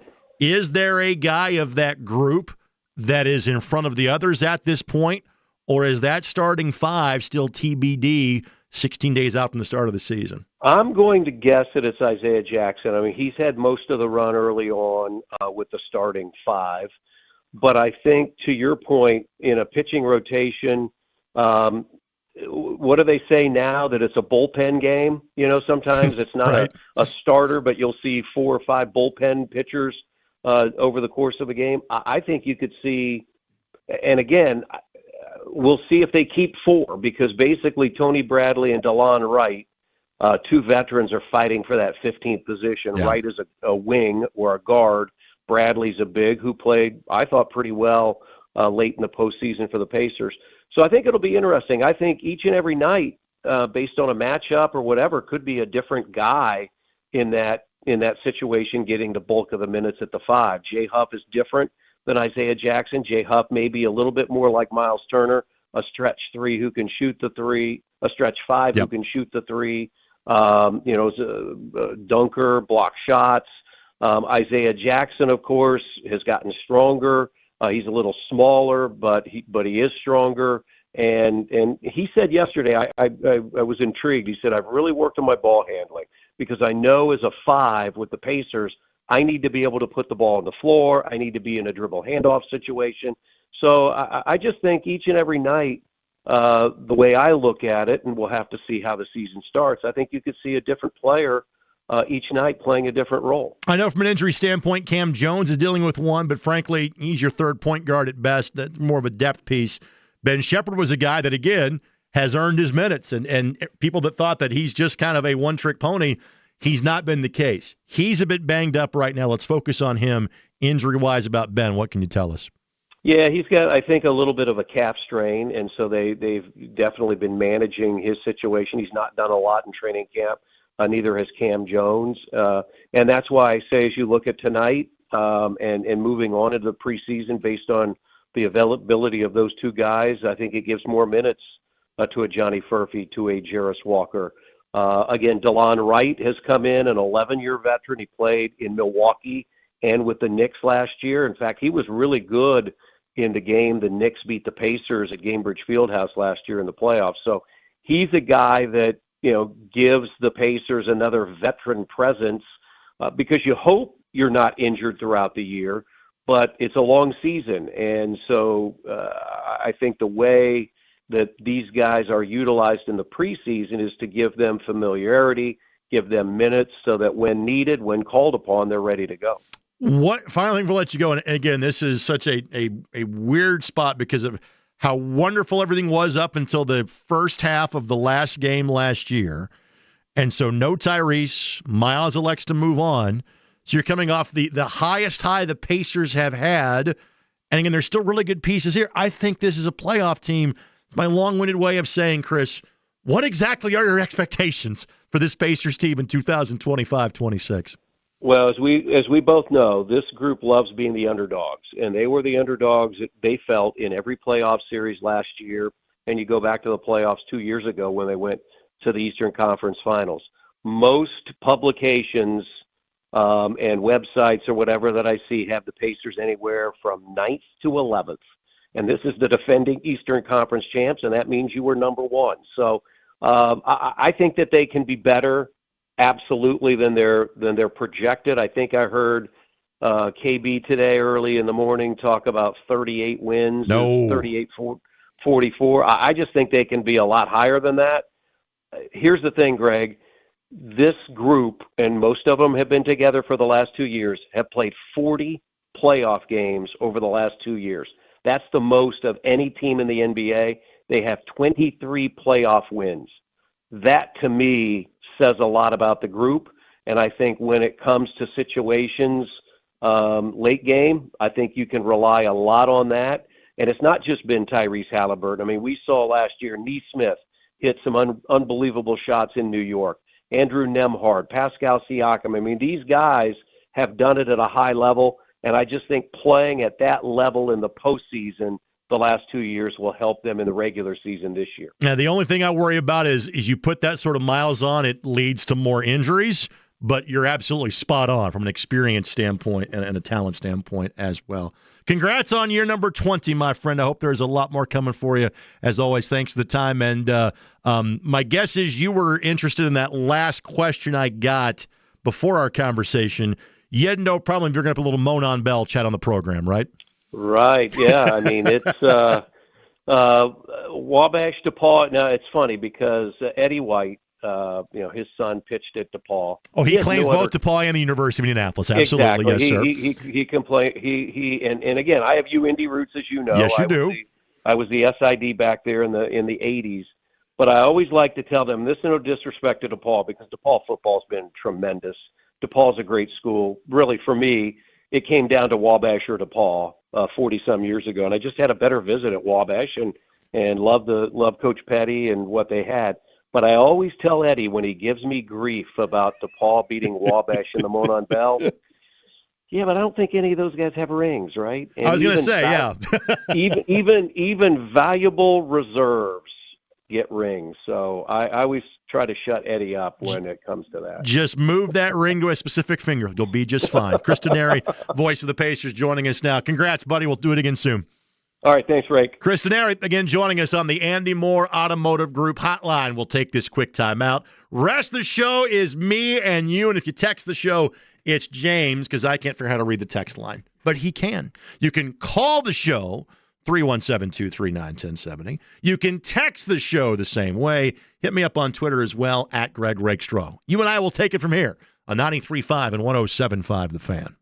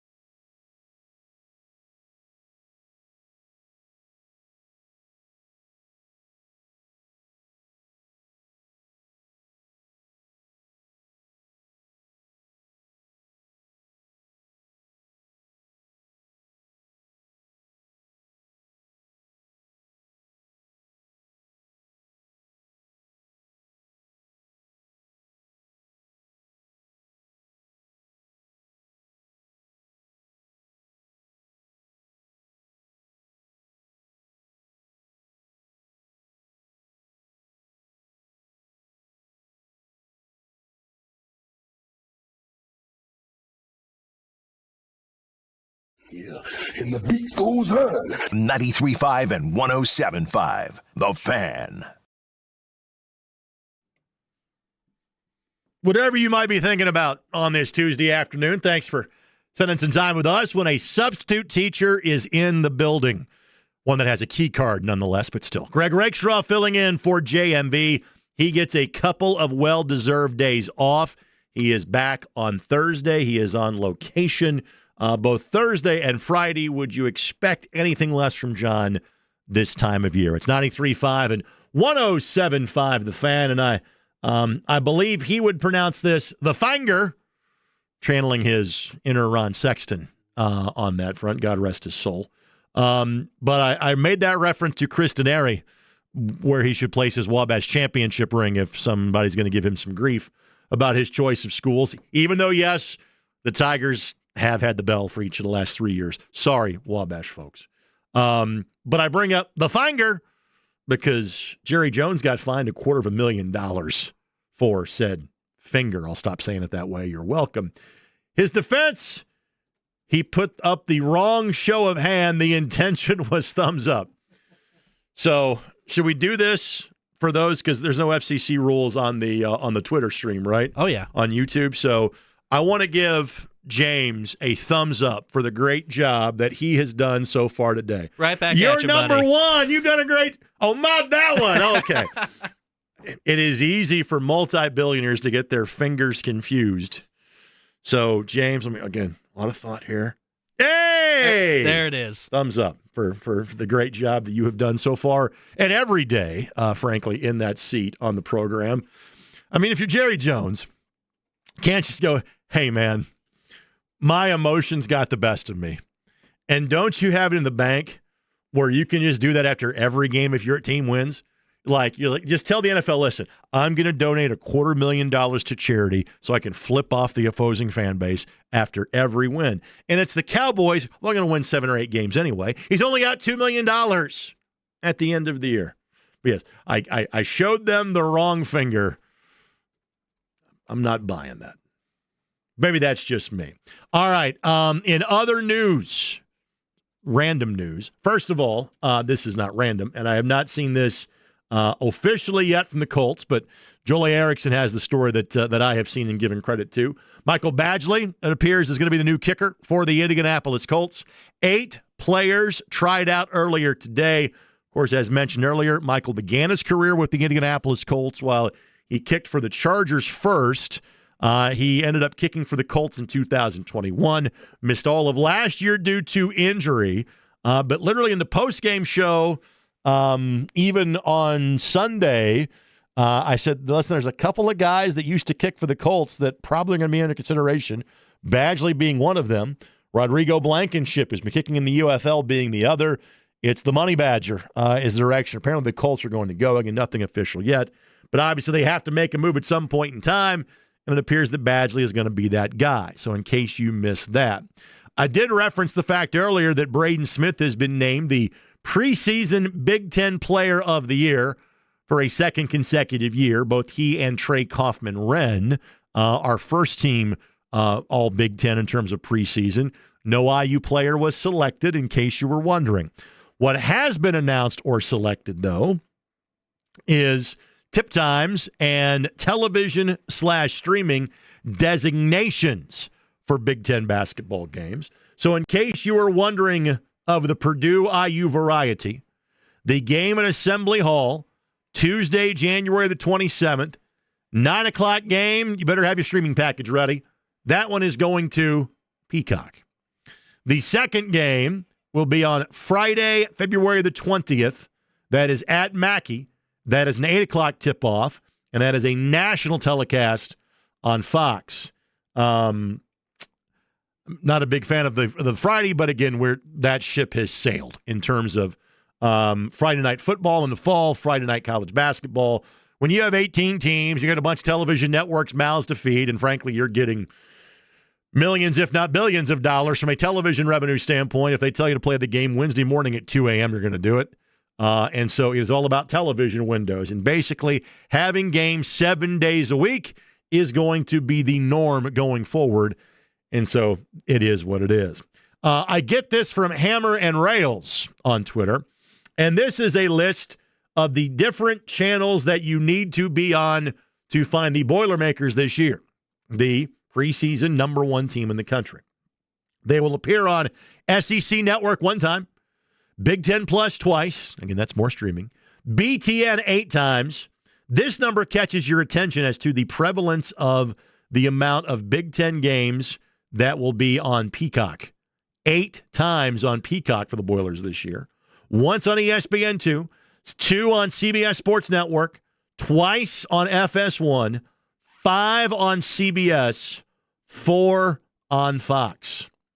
So since we're all trying to figure out how to redo cable, when cable is probably the cheaper option and you would get like all of those games other than Big Ten Plus and Peacock, if you're just a rabbit ear sort of fella, you get the Boilermakers 9 times on CBS and Fox combined. But, yeah, the streaming assignment / video assignment, 9 different channels if you wanted to watch every Purdue game. And it's just, again, the way of the world.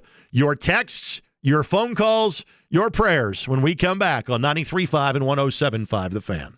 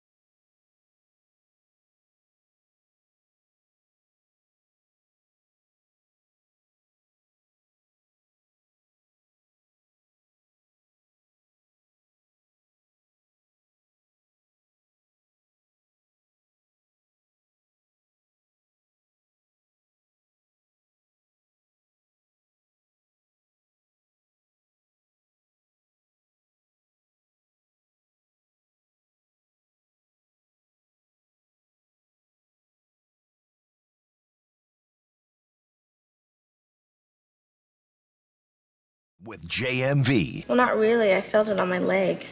Come on, I don't want to see it. 93.5 and 107.5. The Fan. It is official. A man who'll be popular in the open locker room media session tomorrow at 56th Street, the Money Badger. Michael Badgley is now your kicker for the Indianapolis Colts. Again, he has been officially signed today. Spencer Schrader goes in injured reserve again. He is done for the season, as was announced yesterday and reported yesterday by head coach Shane Steichen. Now, one other move of note for the Colts, and unfortunately, this can just be a revolving door. When you go out and you feel you have found someone that is about as suitable of a replacement for Kenny Moore II as you possibly could, now that guy gets hurt. Mike Hilton got hurt early in the game against the Raiders on Sunday. He is out with a shoulder injury, and he has been placed on the practice squad injured list. And again, let me explain. I assume the rules are similar to the regular injured list in terms of designating somebody to come back, whatever the case may be. But he played the last 2 weeks without officially being on the active roster. You can call a guy up 3 times where you have to put him on the active roster. So Hilton was technically on the practice squad. So he is on the injured list, but still a part of the practice squad. So the team brought in Troy Pride Jr., again, to said practice squad. So the injuries continue to mount up for the Indianapolis Colts in terms of especially the defensive back position. Obviously, they have overcome it to a large degree, not to mention Xavier Howard retiring at midweek. So Chris Lamont's filled that role this past week. Maybe he gets the nod after not getting the nod after training camp. We'll see how that plays out. And obviously, we will learn more about Kenny Moore's scenario and, frankly, the return of Alec Pierce when Shane Steichen meets with the media tomorrow at about 11:30. So that's the latest from the Colts. But again, Michael Badgley's signing has now been made official by the Horseshoes. If you want to talk any and all things Colts, now is the time. 317-239-1070. Again, that works telephonically. That also works textually. Is that the right way to say that? You can just text that line too. Maybe it's the easy way to phrase that. Interact with me on Twitter as well, at Greg Rakestraw. We can certainly talk that. We can talk Pacers. Chris Denari was great, as he always is, when he joined us about 30 or so minutes ago. Pacers open up their preseason in Minnesota tonight. Fan alumnus Michael Grady on the call. You will get the Minnesota feed if you tune in on FanDuel Sports Network. If you are listening to 93.5 and 107.5, you will get Minnesotan Mark Boyle will be doing the play-by-play as he is back for, I want to say, what is year 37? And this has kind of made the social media rounds about the longevity of the Pacers broadcast crew, which is wonderful. Mark, Eddie, JJ, Chris, Quinn, etc. They're all back, and that's a great thing. But the Pacers are back, and coverage begins at 7:30 tonight here on 93.5 and 107.5 The Fan. Again, Chris and Quinn and JJ will have the television call for the 2 home preseason games, which take place on Sunday and Monday. Season tips off for real on October the 23rd. Colts conversation, would love to have that with you. Pacers conversation, would love to have that with you. As we learned on the text lines, apparently that's where you go for like your more niche, and I still say it that way, not niche questions, but things that you know that are in my wheelhouse, like high school football, Monon Bell, etc. You can make those over the phone or over the text as well. We'll give phone callers the preference. If you can't wait, then just text us. Eric wants to talk Ashton Doolin. Eric, how are we doing this afternoon? Hey, good. How are you, brother? I just want to say, I mean, I just got to give props to a couple people. Ashton Doolin, love him to death. Shane Steichen, you are murdering. And Daniel Jones, you are murdering it. Like, you know, I love Anthony Richardson, but, like, you know, Daniel Jones is light years ahead of him. I'm sorry. Like, good job by all the Colts, man. And I love them cats. Thank you, Eric. Appreciate you, buddy. Thanks for dialing us up. I'm happy to see Ashton Dulin get his opportunity. Ashton was taking on a greater role from an offensive standpoint, like in 2022, which is obviously a dreadful year for this football team. He gets hurt in 2023, loses an entire season. Comes back last year, and because of the talent improving around him at wide receiver, he takes on more of a special teams role. I think he had 2 catches all of last year. Had it not been for Alec Pierce's injury and A.D. Mitchell's mistake, Ashton doesn't get that chance. Like literally, Ashton's usually in to block, and then there's the one play where he gets a jet sweep. That's normally what he gets offensively. But he was ready when his number was called. And again, if all things are equal, and if Alec Pierce is healthy, I'm not sure, Ashton's not getting that many snaps.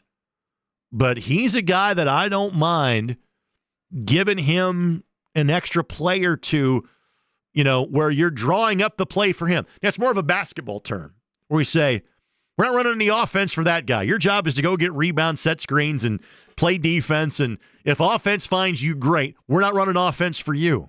Ashton's kind of that guy from a football standpoint. But if they want to run some things specifically for him, I like that too. And I'm happy for Ashton because, as everybody will tell you that's been around the team or has interviewed him, he's a really good dude. And so I like it when guys like that get rewarded. In terms of Daniel Jones, it triggered a thought in my mind. When Shane was going to make the announcement early before the week of the Bengals game, so the week of the 18th of August, I'll be honest with you. Okay? Let's put the hand up. When I thought he was going to make the announcement, I thought it was going to be Anthony Richardson. Let me tell you why. Because in watching those guys, not just in preseason games, trust me, I treat preseason games more importantly than most. I think you know what I do during the preseason, okay? I care about those games. But what was more important is what you saw in terms of the reps against other teams, in terms of the reps against the Colts defense. And there wasn't that big of a difference in terms of what Daniel was doing and what Anthony was doing in those reps. But clearly, this was the right move. And maybe Shane Steichen thought it would turn out like this. Maybe Daniel Jones thought it would turn out like this. Maybe Chris Ballard thought it would turn out like this. Hardly anybody else did. Through 5 weeks, that looks like one of the greatest coaching decisions of all time. I understood the move. I didn't disagree with the move, even if I didn't think that was the move they were going to make. But I didn't be more positive than most. I didn't think this was going to happen. I thought this team could have to a good start. I didn't think it. Again, folks, they are 1 point away. They have scored 163 points, and I don't have the exact year in front of me. But in the greatness era of Peyton Manning and even the great starts by Andrew Luck, the most points they scored in the first 5 games of a season was 164 points. And it was one of the Manning years, either 05 or 07, something along those lines. And they're second in the league in points scored behind the Detroit Lions. So it's not that Daniel Jones has been good. He has been fantastic. And again, I thought he could be good. I didn't think it'd be this good. So yes, that is an all-timer decision, Eric. Thanks for the phone call. TJ is up next at 317-239-1070. Keep him coming, both phone and text. Hello, TJ. Hey, how are we? I'm good, buddy. How are you? I was doing all right. I just want to say I don't know who imploded more, the Penn State Nittany Lions without Tyler Warren or Arizona. Now, is this going to be a trap game for us next week, or what do you think? I think this group is veteran enough and is still new to success enough that I don't think there's a trap game. And again, Arizona is a better team than the record indicated, and you are right. We can talk about how the Colts gave away the game against the Rams. The Cardinals took that to new heights in the way they handed that game and gave Tennessee just a slimmer of hope in which they won that football game. I don't think this team. I think they've been around long enough to know, for as good as things are going, there isn't this huge margin of error where they can just waltz in and they're going to be guaranteed and be handed a football game. I don't think that's the case, TJ. But yeah, Penn State, certainly did their part to kind of give one away as well, like Arizona. Anything else for us, sir? Nope, just thank you, and have a good one. You too, buddy. TJ, appreciate that. 317-239-1070. Bob is up next. Bob, how we doing today? I'm doing great.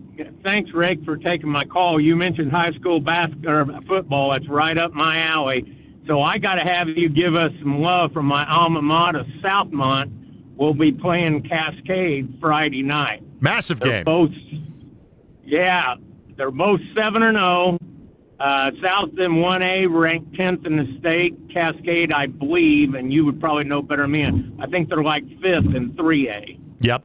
I voted them second or third in my poll, frankly. I think Cascade is really good and has a legit chance of winning 3A. Memorial and Gibson Southern are the two teams in their path. They've got two pretty good teams in their sectional, this Cascade, in terms of Tri-West and Garin Catholic, but I think Cascade can get there, and frankly, I think they got a chance against Memorial or Gibson Southern as well. So they have a legit shot at a 3A state championship. What's unique about Cascade's schedule is that by far the two best teams in their league, they play the last 2 weeks of the season because they finished with Southmont and Western Boone, I believe. So I think this is going to be a great game, and frankly, for Southmont, it's kind of a house money game because you're playing a team from a larger classification. Win or lose, this is going to make you better, and they can potentially make a run in the postseason themselves. Well, they did last year. They were just a thread short last year. Yep. Good luck to them, buddy. I appreciate your phone call, Bob. Okay, thanks. You got it. 317-239-1070. It works for your phone calls.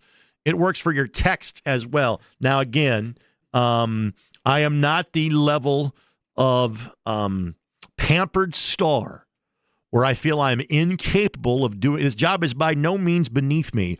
I am not either technically proficient to read the text chain, or I'm not cool enough to be involved in it. And there's a lot of text chains I'm not cool enough to be involved in it. But thankfully, James and his ponytail are. And so he is reading text to me. So dealer's choice, please, fire away. This is from Bob in Lebanon. The national sports media still bash IU for playing a weak non-conference schedule, but has anyone noticed that Old Dominion has not lost a game since the IU game? And they're not just winning, they're stomping people. So he doesn't think that IU needs to apologize for playing Old Dominion because they look like a pretty darn good football team right now. The way that I would say it, and Bob, it's a fair question, is that Indiana is going to pay the tax until they win a college football playoff game or two. You know, nouveau riche would be the term. Newfound money in terms of IU football. The way that I have phrased their non-conference scheduling, Bob, is this. It's not a problem until it is. Like if they finish 11-1, let's say this is the game that they lose in Oregon, but they win the rest, including going to Penn State and winning, I would think given the schedule they play and being a Big Ten team, that is good enough to be a top 12 team. You know, you can lament maybe being a lower seed, but in the current configuration, the only teams that get home games are seeds 5, 6, 7, and 8. So it's not a problem until it is. But I don't think that this Indiana team is going to earn that national level of respect. It's one thing to get to that level, which was a remarkable story. And then to do it again is equally as impressive, and they're trending in that direction with 7 games left to play. But in terms of getting the hall pass, the free pass to not play another Power 4 school, you're right. The Old Dominion win keeps looking better by the week. I'll give you that. In the computer ratings, it looks better by the week. I will give you that too. But what you really have to do if you're IU is go win at Oregon and or go win at Penn State. I think you win one of those 2 games and avoid the banana peel, I think you're back in the CFP for a second consecutive year.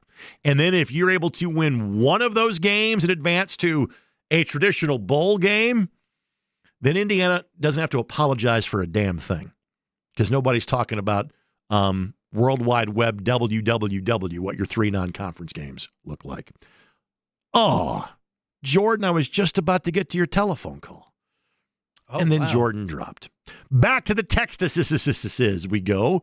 James, what do you have for us? This is from Matt in Avon. Today is the 74th birthday of Johnny Cougar. So, Greg, what are your top 3 Johnny Cougar songs? I Need a Lover, Pink Houses, and Small Town. And allow me to tell you my Johnny Cougar story. So I grew up down the street from one of John Mellencamp's high school classmates. And when John hit it big, either in the summer of 82 or 83, and John was trying to get away from it all, he thought, what's the best way that I can do this? How about I go see my buddy that lives in a town that doesn't have MTV yet? Because I don't think cable television had come to Lanesville by that summer. In fact, I'll take a tangent off of that story. I remember Mom and Dad sneaking me into the bar, Circle Bar, one of the 2 bars, K&H was the other in Lanesville at the time, to be able to watch a live game on ESPN during the NCAA tournament. And I sat, I think the statute of limitations on this 42 or 43 years later have passed by where this is legal for me to do this. I sat in the back corner of the bar so I could watch the game because I kind of knew what I was going to do for a living, eat pizza and have a great old time. I remember they had to rent a satellite truck to get the game in the bar because cable wasn't available. And so if you wanted to watch ESPN, they had to bring in a satellite truck to be able to get it into the bar. So that makes it a good place for John to hide and hang out. About a day or 2 after John had come to Lanesville to visit his buddy, Mr. Powers, word got out all of a sudden, like half the kids my age have pictures with John Mellencamp, and he looked really thrilled to take those pictures. So much like Office Space, I celebrate the entire catalog when it comes to John Mellencamp. But if you ask me for a John Mellencamp story, that's the best one that I can give you. When he visited the major metropolis of Lanesville, either in the summer of 82 or 83.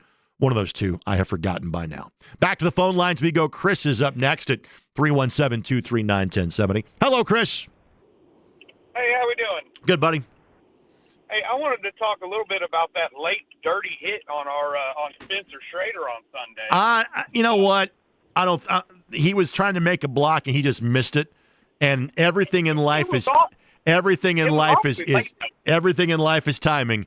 If Spencer hadn't planted his leg yet, then he hurts him, but he doesn't wreck his season. So it's anytime you hit the kicker and you don't get the ball, you're going to get a penalty. The guy was trying to make a play. Unfortunately, that's just football, Chris. I understand that's just football, but man, it's awfully funny that it comes right after we block a punt and hit their punter on an actual block that they take our kicker out for the rest of the year. You know what I like to say is this: too often times we blame conspiracy when we should blame incompetence. I think this is more of the latter and not the former, Chris. All right. Thank you. Thank you, Chris. Appreciate you. 317-239-1070. I would say we could keep doing this all day. We can't. We got to be done by 6 o'clock. Any more on the text lines, or have we exhausted our text at this point? This actually ties in a little bit to what he just brought up about the Colts kicking situation. Yes. No name on the text, but someone is asking, do you know who all the Colts brought in to try out for kicker? I don't know who they brought in. I think I almost broke the microphone there. Trying to stand up and stretch my legs after sitting, and I realized, no, I'm on camera. The people want to see this luxurious face as I look straight at it for all of you watching on Twitter, and then the microphone stand moved on me. I do not know. I'll ask around. Since I'm hosting the show tomorrow, my prep for the show tomorrow is to literally spend my entire day at the Colts complex. So I will ask around and see if I can. Sources close to the fan have said these were the guys that were brought in. I'll do some digging. I'll go to the dark corners of the web and see what we can find.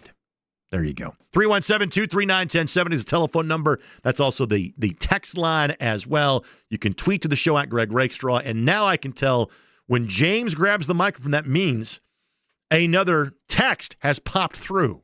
What do you have for us? Another no name on the text, but someone is asking, what do you think about Badgley? I think Badgley is one of the best available options out there. Again, as we said earlier on the show, you've got 32 kickers already claimed, and you've got probably half the teams and another guy stashed on their practice squad. And the Colts have done that before. They're not doing it this year. But you've got a guy that's kicked over the course of 6 different NFL seasons. Now, the Money Badger was out due to injury all of last year. And again, his numbers from 50-plus aren't great, which sounds like the guy that we had the last couple of years here with the Indianapolis Colts. But when you're looking to get a guy that is a free agent, when 45, 50 other kickers are already claimed, I'd say that's about as good of an option as you were going to find. And this is a chance for him to kind of get back in that rotation, because these guys can do this into their early 40s. You know, Matt Prater is ancient at this point. He's still kicking in the National Football League. So this is Badgley's opportunity to get back with the team. In other words, he'll do his best, believe me. 317-239-1070, that is the telephone number. Time for another quick call or two. We got to get you to a quick timeout. Let's get to Tim's telephone call next. Tim, thanks for dialing us up. How you doing today? I'm doing well. Hey, the last couple of days there's been questions about decisions. Does the quarterback make the coach look better, or the coach make the quarterback look better? Talking going on. Today, Jake had a question. If there was an MVP award given at the end of their most improved award given at the end of the season, would it be the coach or the MVP? And there was a lot of debate going on, but no one ever brought in Chris Ballard. Right. He has made some pretty solid decisions when he was under fire 6 months ago about what was going on with the Colts. Tim, it's a tremendous point, and I'm glad you brought it up. And I will channel Bob Kravitz is famous for having his dopey report card. There's nothing dopey about this. Everybody gets an A through 5 weeks, Tim. Chris gets an A, and Shane gets an A, and Lou Anarumo gets an A, and every player on the team gets an A except for A.D. Mitchell. Everybody else gets an A at this point in time, Tim, because they've been that good. But you are absolutely right. Chris deserves to get some credit for this, too. You're absolutely right. Love your response. Thank you. Thank you, Tim. Appreciate that. No, it's what victory has 1,000 fathers, lack of success is an orphan or something along those lines. But no, it's all clicked. I mean, you bring in Daniel Jones, hit. You draft Tyler Warren, hit. You bring in Charvarius Ward and Cam Bynum, check mark, check mark. Everything is coming up aces for this football team. You make the decision to go with Daniel Jones or Anthony Richardson. You nailed that. Suddenly, Shane is back to being an elite play caller, which he was in 2023 without Anthony Richardson. And last year, nobody likes his play calling ability. It's amazing how that works. But no, everybody gets to share in how good this has been for the Indianapolis Colts. Everybody in the front office, every scout, the 3 new co-owners of the team get to share in this. Everybody. That's what makes this great. Let's get to a break, shall we? More of your phone calls, more of your tweets, more of your texts, more of whatever it is you want to talk about, because it's you and me the rest of the way. We may bring you back Mo Alie-Cox in the final segment of the show, in case you weren't listening at 3:30 this afternoon. Back with more in a moment. 93.5 and 107.5 The Fan.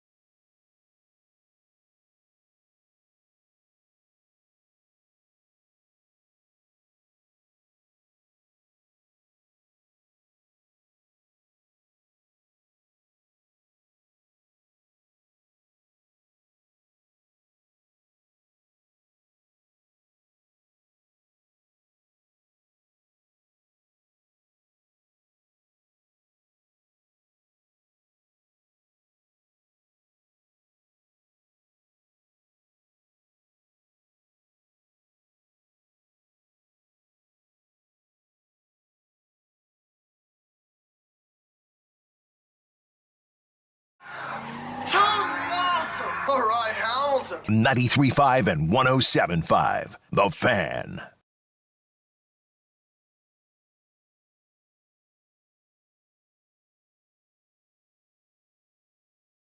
What would this show be without free stuff, right? Next Thursday is the Monon Spike match between Indiana and Purdue. It is college volleyball at Gainbridge Fieldhouse, which will be a great lead-in to the high school state finals taking place at Gainbridge Fieldhouse for the first time on November the 8th. Caller number 4, we giving them 2 tickets or 4 tickets? 4 tickets to go see IU in Purdue in Big Ten college volleyball at Gainbridge Fieldhouse next Thursday. By the way, did you just play the music from Top Gun? I did, yes. Playing with the boys, something along those lines? Okay, well done by you. It took me a minute to get there. Sorry. I was lining up what I was going to say about this. I'm like, wait a minute. I think I just heard, I just pictured sand volleyball for some reason, and now I know why. Well played by you. Caller 4-317-239-1070 will get 4 tickets to said Monon Spike match. I think James can do this while he's talking to somebody. Can you put Ramon's call in the air for me, sir? I'm asking James to do multiple things at one time. Ramon, I'm sure he'd like the tickets, but he's stuck talking to me instead. Ramon, how you doing? All right, doing all right, JMV. How you doing today? I'm doing okay. It's a great day. Last night was I think definitely a bullet point that the coach could put on the board. When do we play Jacksonville first? When do we play them? We do not play them until December, Ramon. We play them in Duval on December the 7th, and they return the favor to Lucas Oil on December the 28th. Well, the last few years seems like we just cannot get over the hump against them. Last night, I think it's going to be a big confidence builder for them. So, everybody's happy and giggly. Don't forget about Jacksonville, all the fans. Oh, sure. I'm happy for the coach, too. They've been bad for so long. So I'm happy for them too, but Jacksonville is there lurking, and that game last night probably was going to buoy them and give them some confidence. But also, I think what has happened after Sunday night in Buffalo, the Patriots put the blueprint out there on Buffalo, held them for 20 points. So the league is wide open right now. There is nobody who I would look at as a consensus favorite. If you could just stay healthy and hang in there until December and win your division, there is no telling what can happen because no one thought the Patriots would win that game. And I'm telling you, the blueprint was there. Josh was frustrated. He was mad. They didn't get the receiver play. They don't have great receivers anyway. I just think that their experience has been the reason why they've been able to get over. But make no mistake about it, if you come in there and you smash and hit Buffalo in the mouth, we see Baltimore is done. So if you hit Buffalo in the mouth and Kansas City now you get Mahomes riggedy, you don't know what can happen. So shout out to the coach in Jacksonville. There you go, Ramon. Thank you very much. That game is going to be huge in Jacksonville. And yes, that has been the house of horrors for the Indianapolis Colts over the course of the years. That game is going to be big. There's zero doubt about it.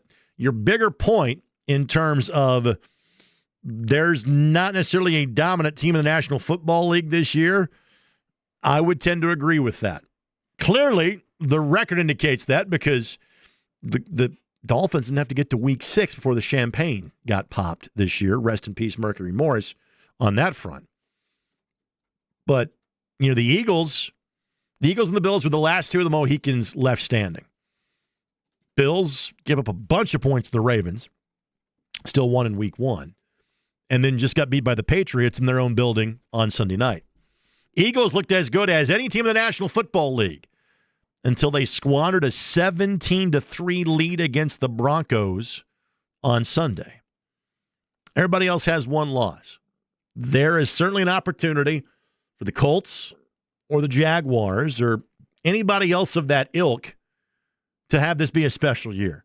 I would say the way the Buccaneers feel about their team right now is probably somewhat similar to Colts and Jags fans. They've had a little more success as of late, but still a team you're like, hey, we're pretty good. We can hang with anybody. Those are 3 teams that appear to be ready to take that kind of that next step forward on that front. And so, yeah, opportunity is there for this football team. but the margin is still not so great where you just kind of walk in the building and say, hey, this is ours. No, doesn't work that way. So let's make sure that on Sunday against the Cardinals, that is not the case. 317-239-1070 is the telephone number. Give me a text, if you will, Mr. Adams. This is from Anonymous, no name on this one, but any word on plans to upgrade at linebacker for the Colts? Bocce has looked lost to him, not good in coverage. If there is going to be a move made, obviously the Colts have had to make a lot of moves because of injuries. If there is going to be a move made to bolster the team from a depth perspective, probably linebacker opposite Zaire Franklin is that spot. Again, Bocce is being asked to do a lot more defensively than he was in Cincinnati. Obviously, Cam McGrone had an opportunity and got let go last week. The leading tackler for the Colts this week was Austin Ajike, that has largely been on the practice squad for the Colts each of the last couple of years. Chad Muma, who was a guy that was brought in after training camp, he got some run late in the game. It has almost been a revolving door next to Zaire Franklin, and when given the opportunity, the Colts have tried to play 6 defensive backs, basically, along and to have Franklin be the only linebacker there. So, do I think there could be a move made by this team at the trade deadline to boost the linebacker position? Yes, but I also think that, again, you're kind of saving capital if you have to have it because of an injury. And so moves that have been made out of necessity. I would say if they make a move at the linebacker position, that would be a move that is almost made in terms of a luxury standpoint. We're going to bring you back Mo Alie-Cox here in about a few minutes. In other words, last segment. So we've got time for maybe one more text or two. So James, who do you have lined up on the text machine? What else do you have for me? Scott actually is asking you, Greg, any chance the UND Greyhounds win a playoff game this year? Certainly could happen. I was hanging with Coach Keevers last night. Hounds are 5-1, 3-0 in the GLVC. They've got one really tough game left at the end of the season in terms of Upper Iowa. Hounds have made the postseason many times over the years. They have not won a playoff game, I think, since 2018, I want to say. And so, yes, they're really good at the small college level. They have that opportunity. Go Hounds are on the road at Missouri S&T. Back at home to face Lincoln on October the 18th. You guys have been wonderful today. Let's do this again tomorrow, shall we? The great news is the Colts are going to be the same great team tomorrow as they were today. So if you didn't make the show today, we have this opportunity. Hit me up on Twitter. We'll keep the conversation going there. Now, the show is not going to be over, but in case you weren't with us in the 3 o'clock hour, I really enjoyed the conversation with Mo Alie-Cox. I want to bring that to you to end the show. We've got that race today and more as we are winding things down. It is The Ride without JMV, 93.5 and 107.5 The Fan.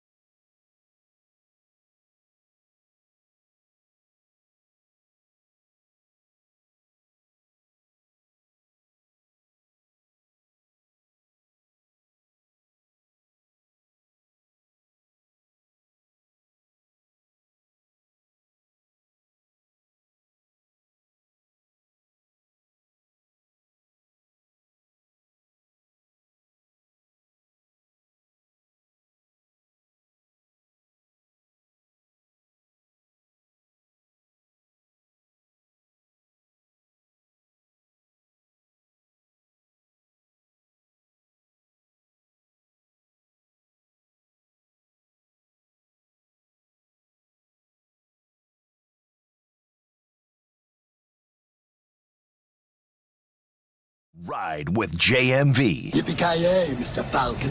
93.5 and 107.5. The Fan. An interview so nice, we're about to play it twice. Alie-Cox coming up in a matter of moments. I have mentioned some college basketball tip times announced today as the network designations have been announced for Big Ten basketball games. The Indy Classic has also had that happen as well. Butler Northwestern at 4, Purdue Auburn at 6:30.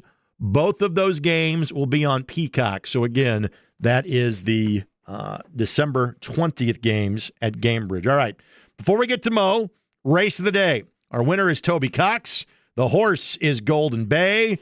$5.40 on a $2 bet. $2 exacta, $8.80. $50 trifecta gave you $7. Toby gets $50 in betting and dining at Harrah's Hoosier Park Racing and Casino. Mo Alie-Cox to end your day. We'll do it all again tomorrow. Thanks for putting up with me. Thank you, James. Thanks to you for listening. Kevin Bowen on the show tomorrow as well, but we'll close out today with Mo Alie-Cox for a second time. A guy who is taking time on his off day to chat with me is a part of his best start in his now 9 years with the Indianapolis Colts. It is Mo Alie-Cox that joins us on the Andy Moore Automotive Group hotline. Mo, how are we doing today? I'm doing good. How you doing? I'm doing fine. You just heard that stat. This is the best start you have been a part of. How is life treating you after 5 weeks of this season? Feeling pretty good, honestly. Just got to keep it going. But definitely feeling great right now. Waking up a lot happier at the start of the season. The obvious answer to this is wins. That's what's different about 5 weeks in versus at times in previous years. What are the things that you were noticing during the week in games that are leading you to that maybe you hadn't seen in previous editions of this team? I would say we're just more so focused on our process instead of the end result. Just going about our day-to-day activities more diligently and different things like that, practicing a lot harder. And then a bunch of guys, we just hang out more off the field and things like that. So building that chemistry, and it's been like that since OTAs. All right, with that, let's talk about the guys in the room. And obviously, everybody's got their attention on the other guy that is out there with you more than anybody else in the tight end position, and that is Tyler Warren.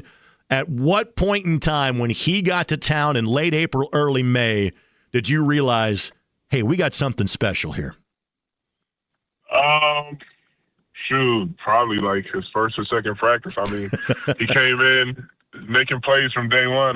Coach dials it up for him, and whenever his number's called, he always made something happen.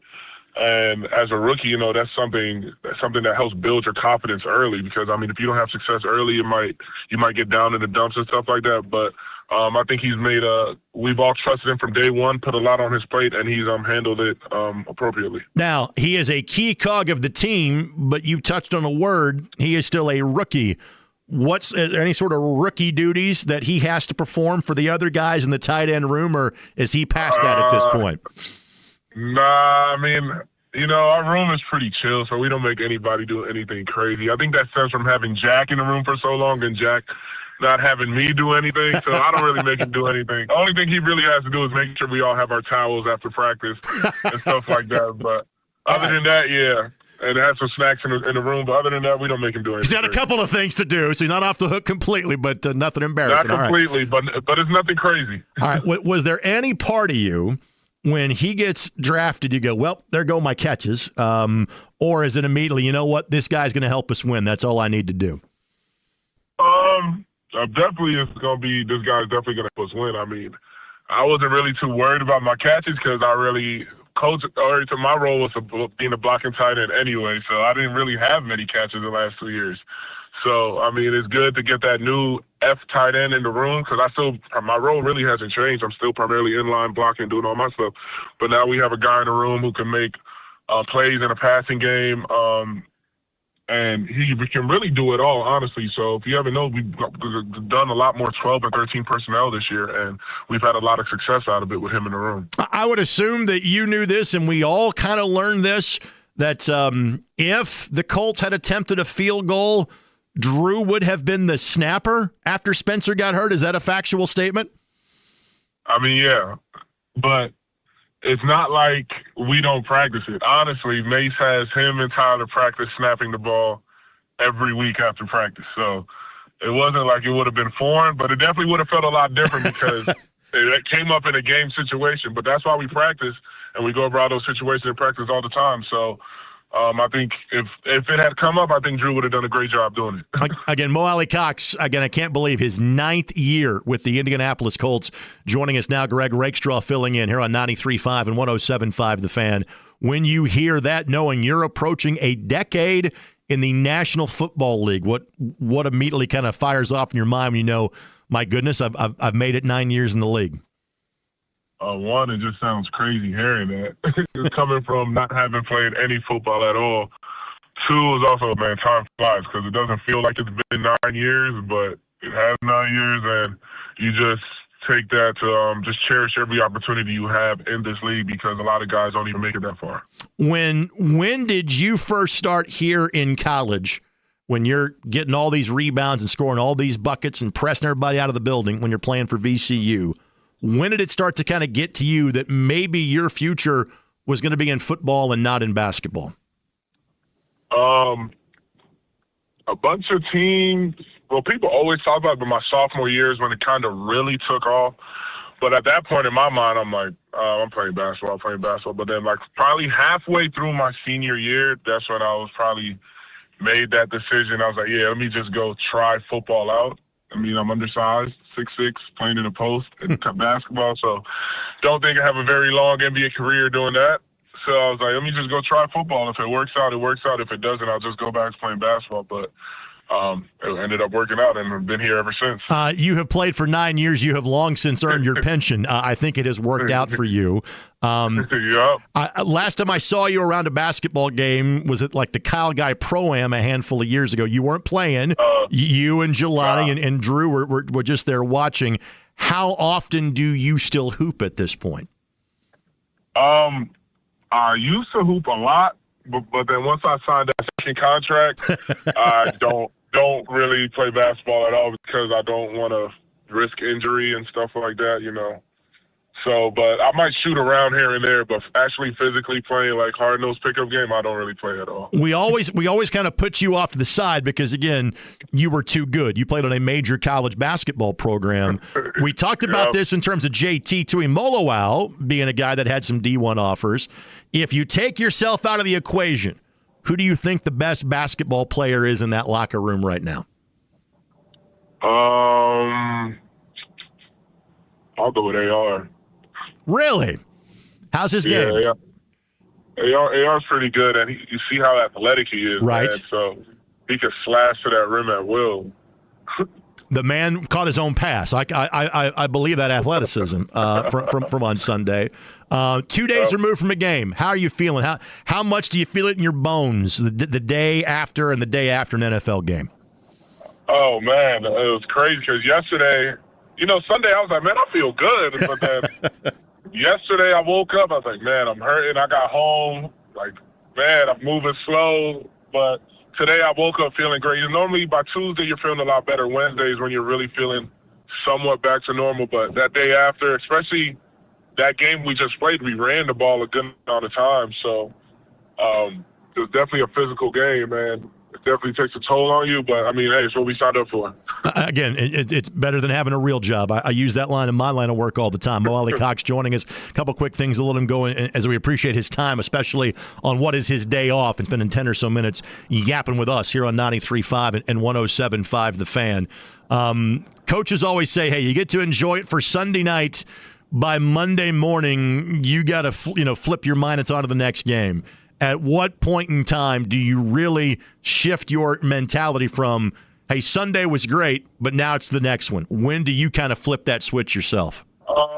Typically around Monday, around like 3 o'clock. I mean, because we win Sunday night, go in Monday, we watch that film from the game. So it's kind of hard to turn the chapter if we're watching the film again. So literally watch the game, enjoy the good plays and stuff like that. But then that Monday night, we're moving on to the opponent, watching film on who we're playing next, and installing our own plays and different things like that. Because, I mean, week-by-week league, and a week goes by fast. So you don't try to dwell on any win or loss too long, because these games come at you fast. Now that it is, again, year 9 for you, it's you and Grove. You are the guys that have been here the longest of this group. Have you tried to change how you go about doing your job from a leadership standpoint? Has that changed at all for you the last couple of years, Mo? Yeah, definitely, because once Jack left, I was literally the elder statesman in the room. I had a room where it was me. I think Colin was a year 2, and Jelani and Tree were rookies. So sure. And I was probably like year 6. I'm like, damn, I got a bunch of young guys in here. So I just tried to go about like just leading by example, just hanging out with the younger guys a lot more and different things like that, just making them feel comfortable, but also just teaching them how to go about your day-to-day business in the workplace and out the workplace, like having a routine and different things like that to make sure you're always ready to go. And I think with like having Tyler in the room now, I mean, I have Tree who's been here this is Tree's 4th year now, so he understands it, so he also helps me lead in the room also. Again, Mo Alie-Cox, our guest. Finally, before we let you go, and again, you've got 3 months for this to all play out. But as it lines up right now, you're in line, frankly, for the number 1 seed. But as it relates to the question I'm about to ask, you're atop the AFC South. And for the things you've accomplished in your career, you have never had a chance to play in a home playoff game at Lucas Oil Stadium. What would that mean to you if that happens come January? Oh man, it would mean the world. I mean, we have a very active fan base, and we've had like playoff caliber games at home before, but to actually have a playoff game at home, it would be crazy. For sure. No doubt about that. Buddy, go enjoy the rest of your day off. I'll see you tomorrow at practice. Yes, sir. You have a nice one.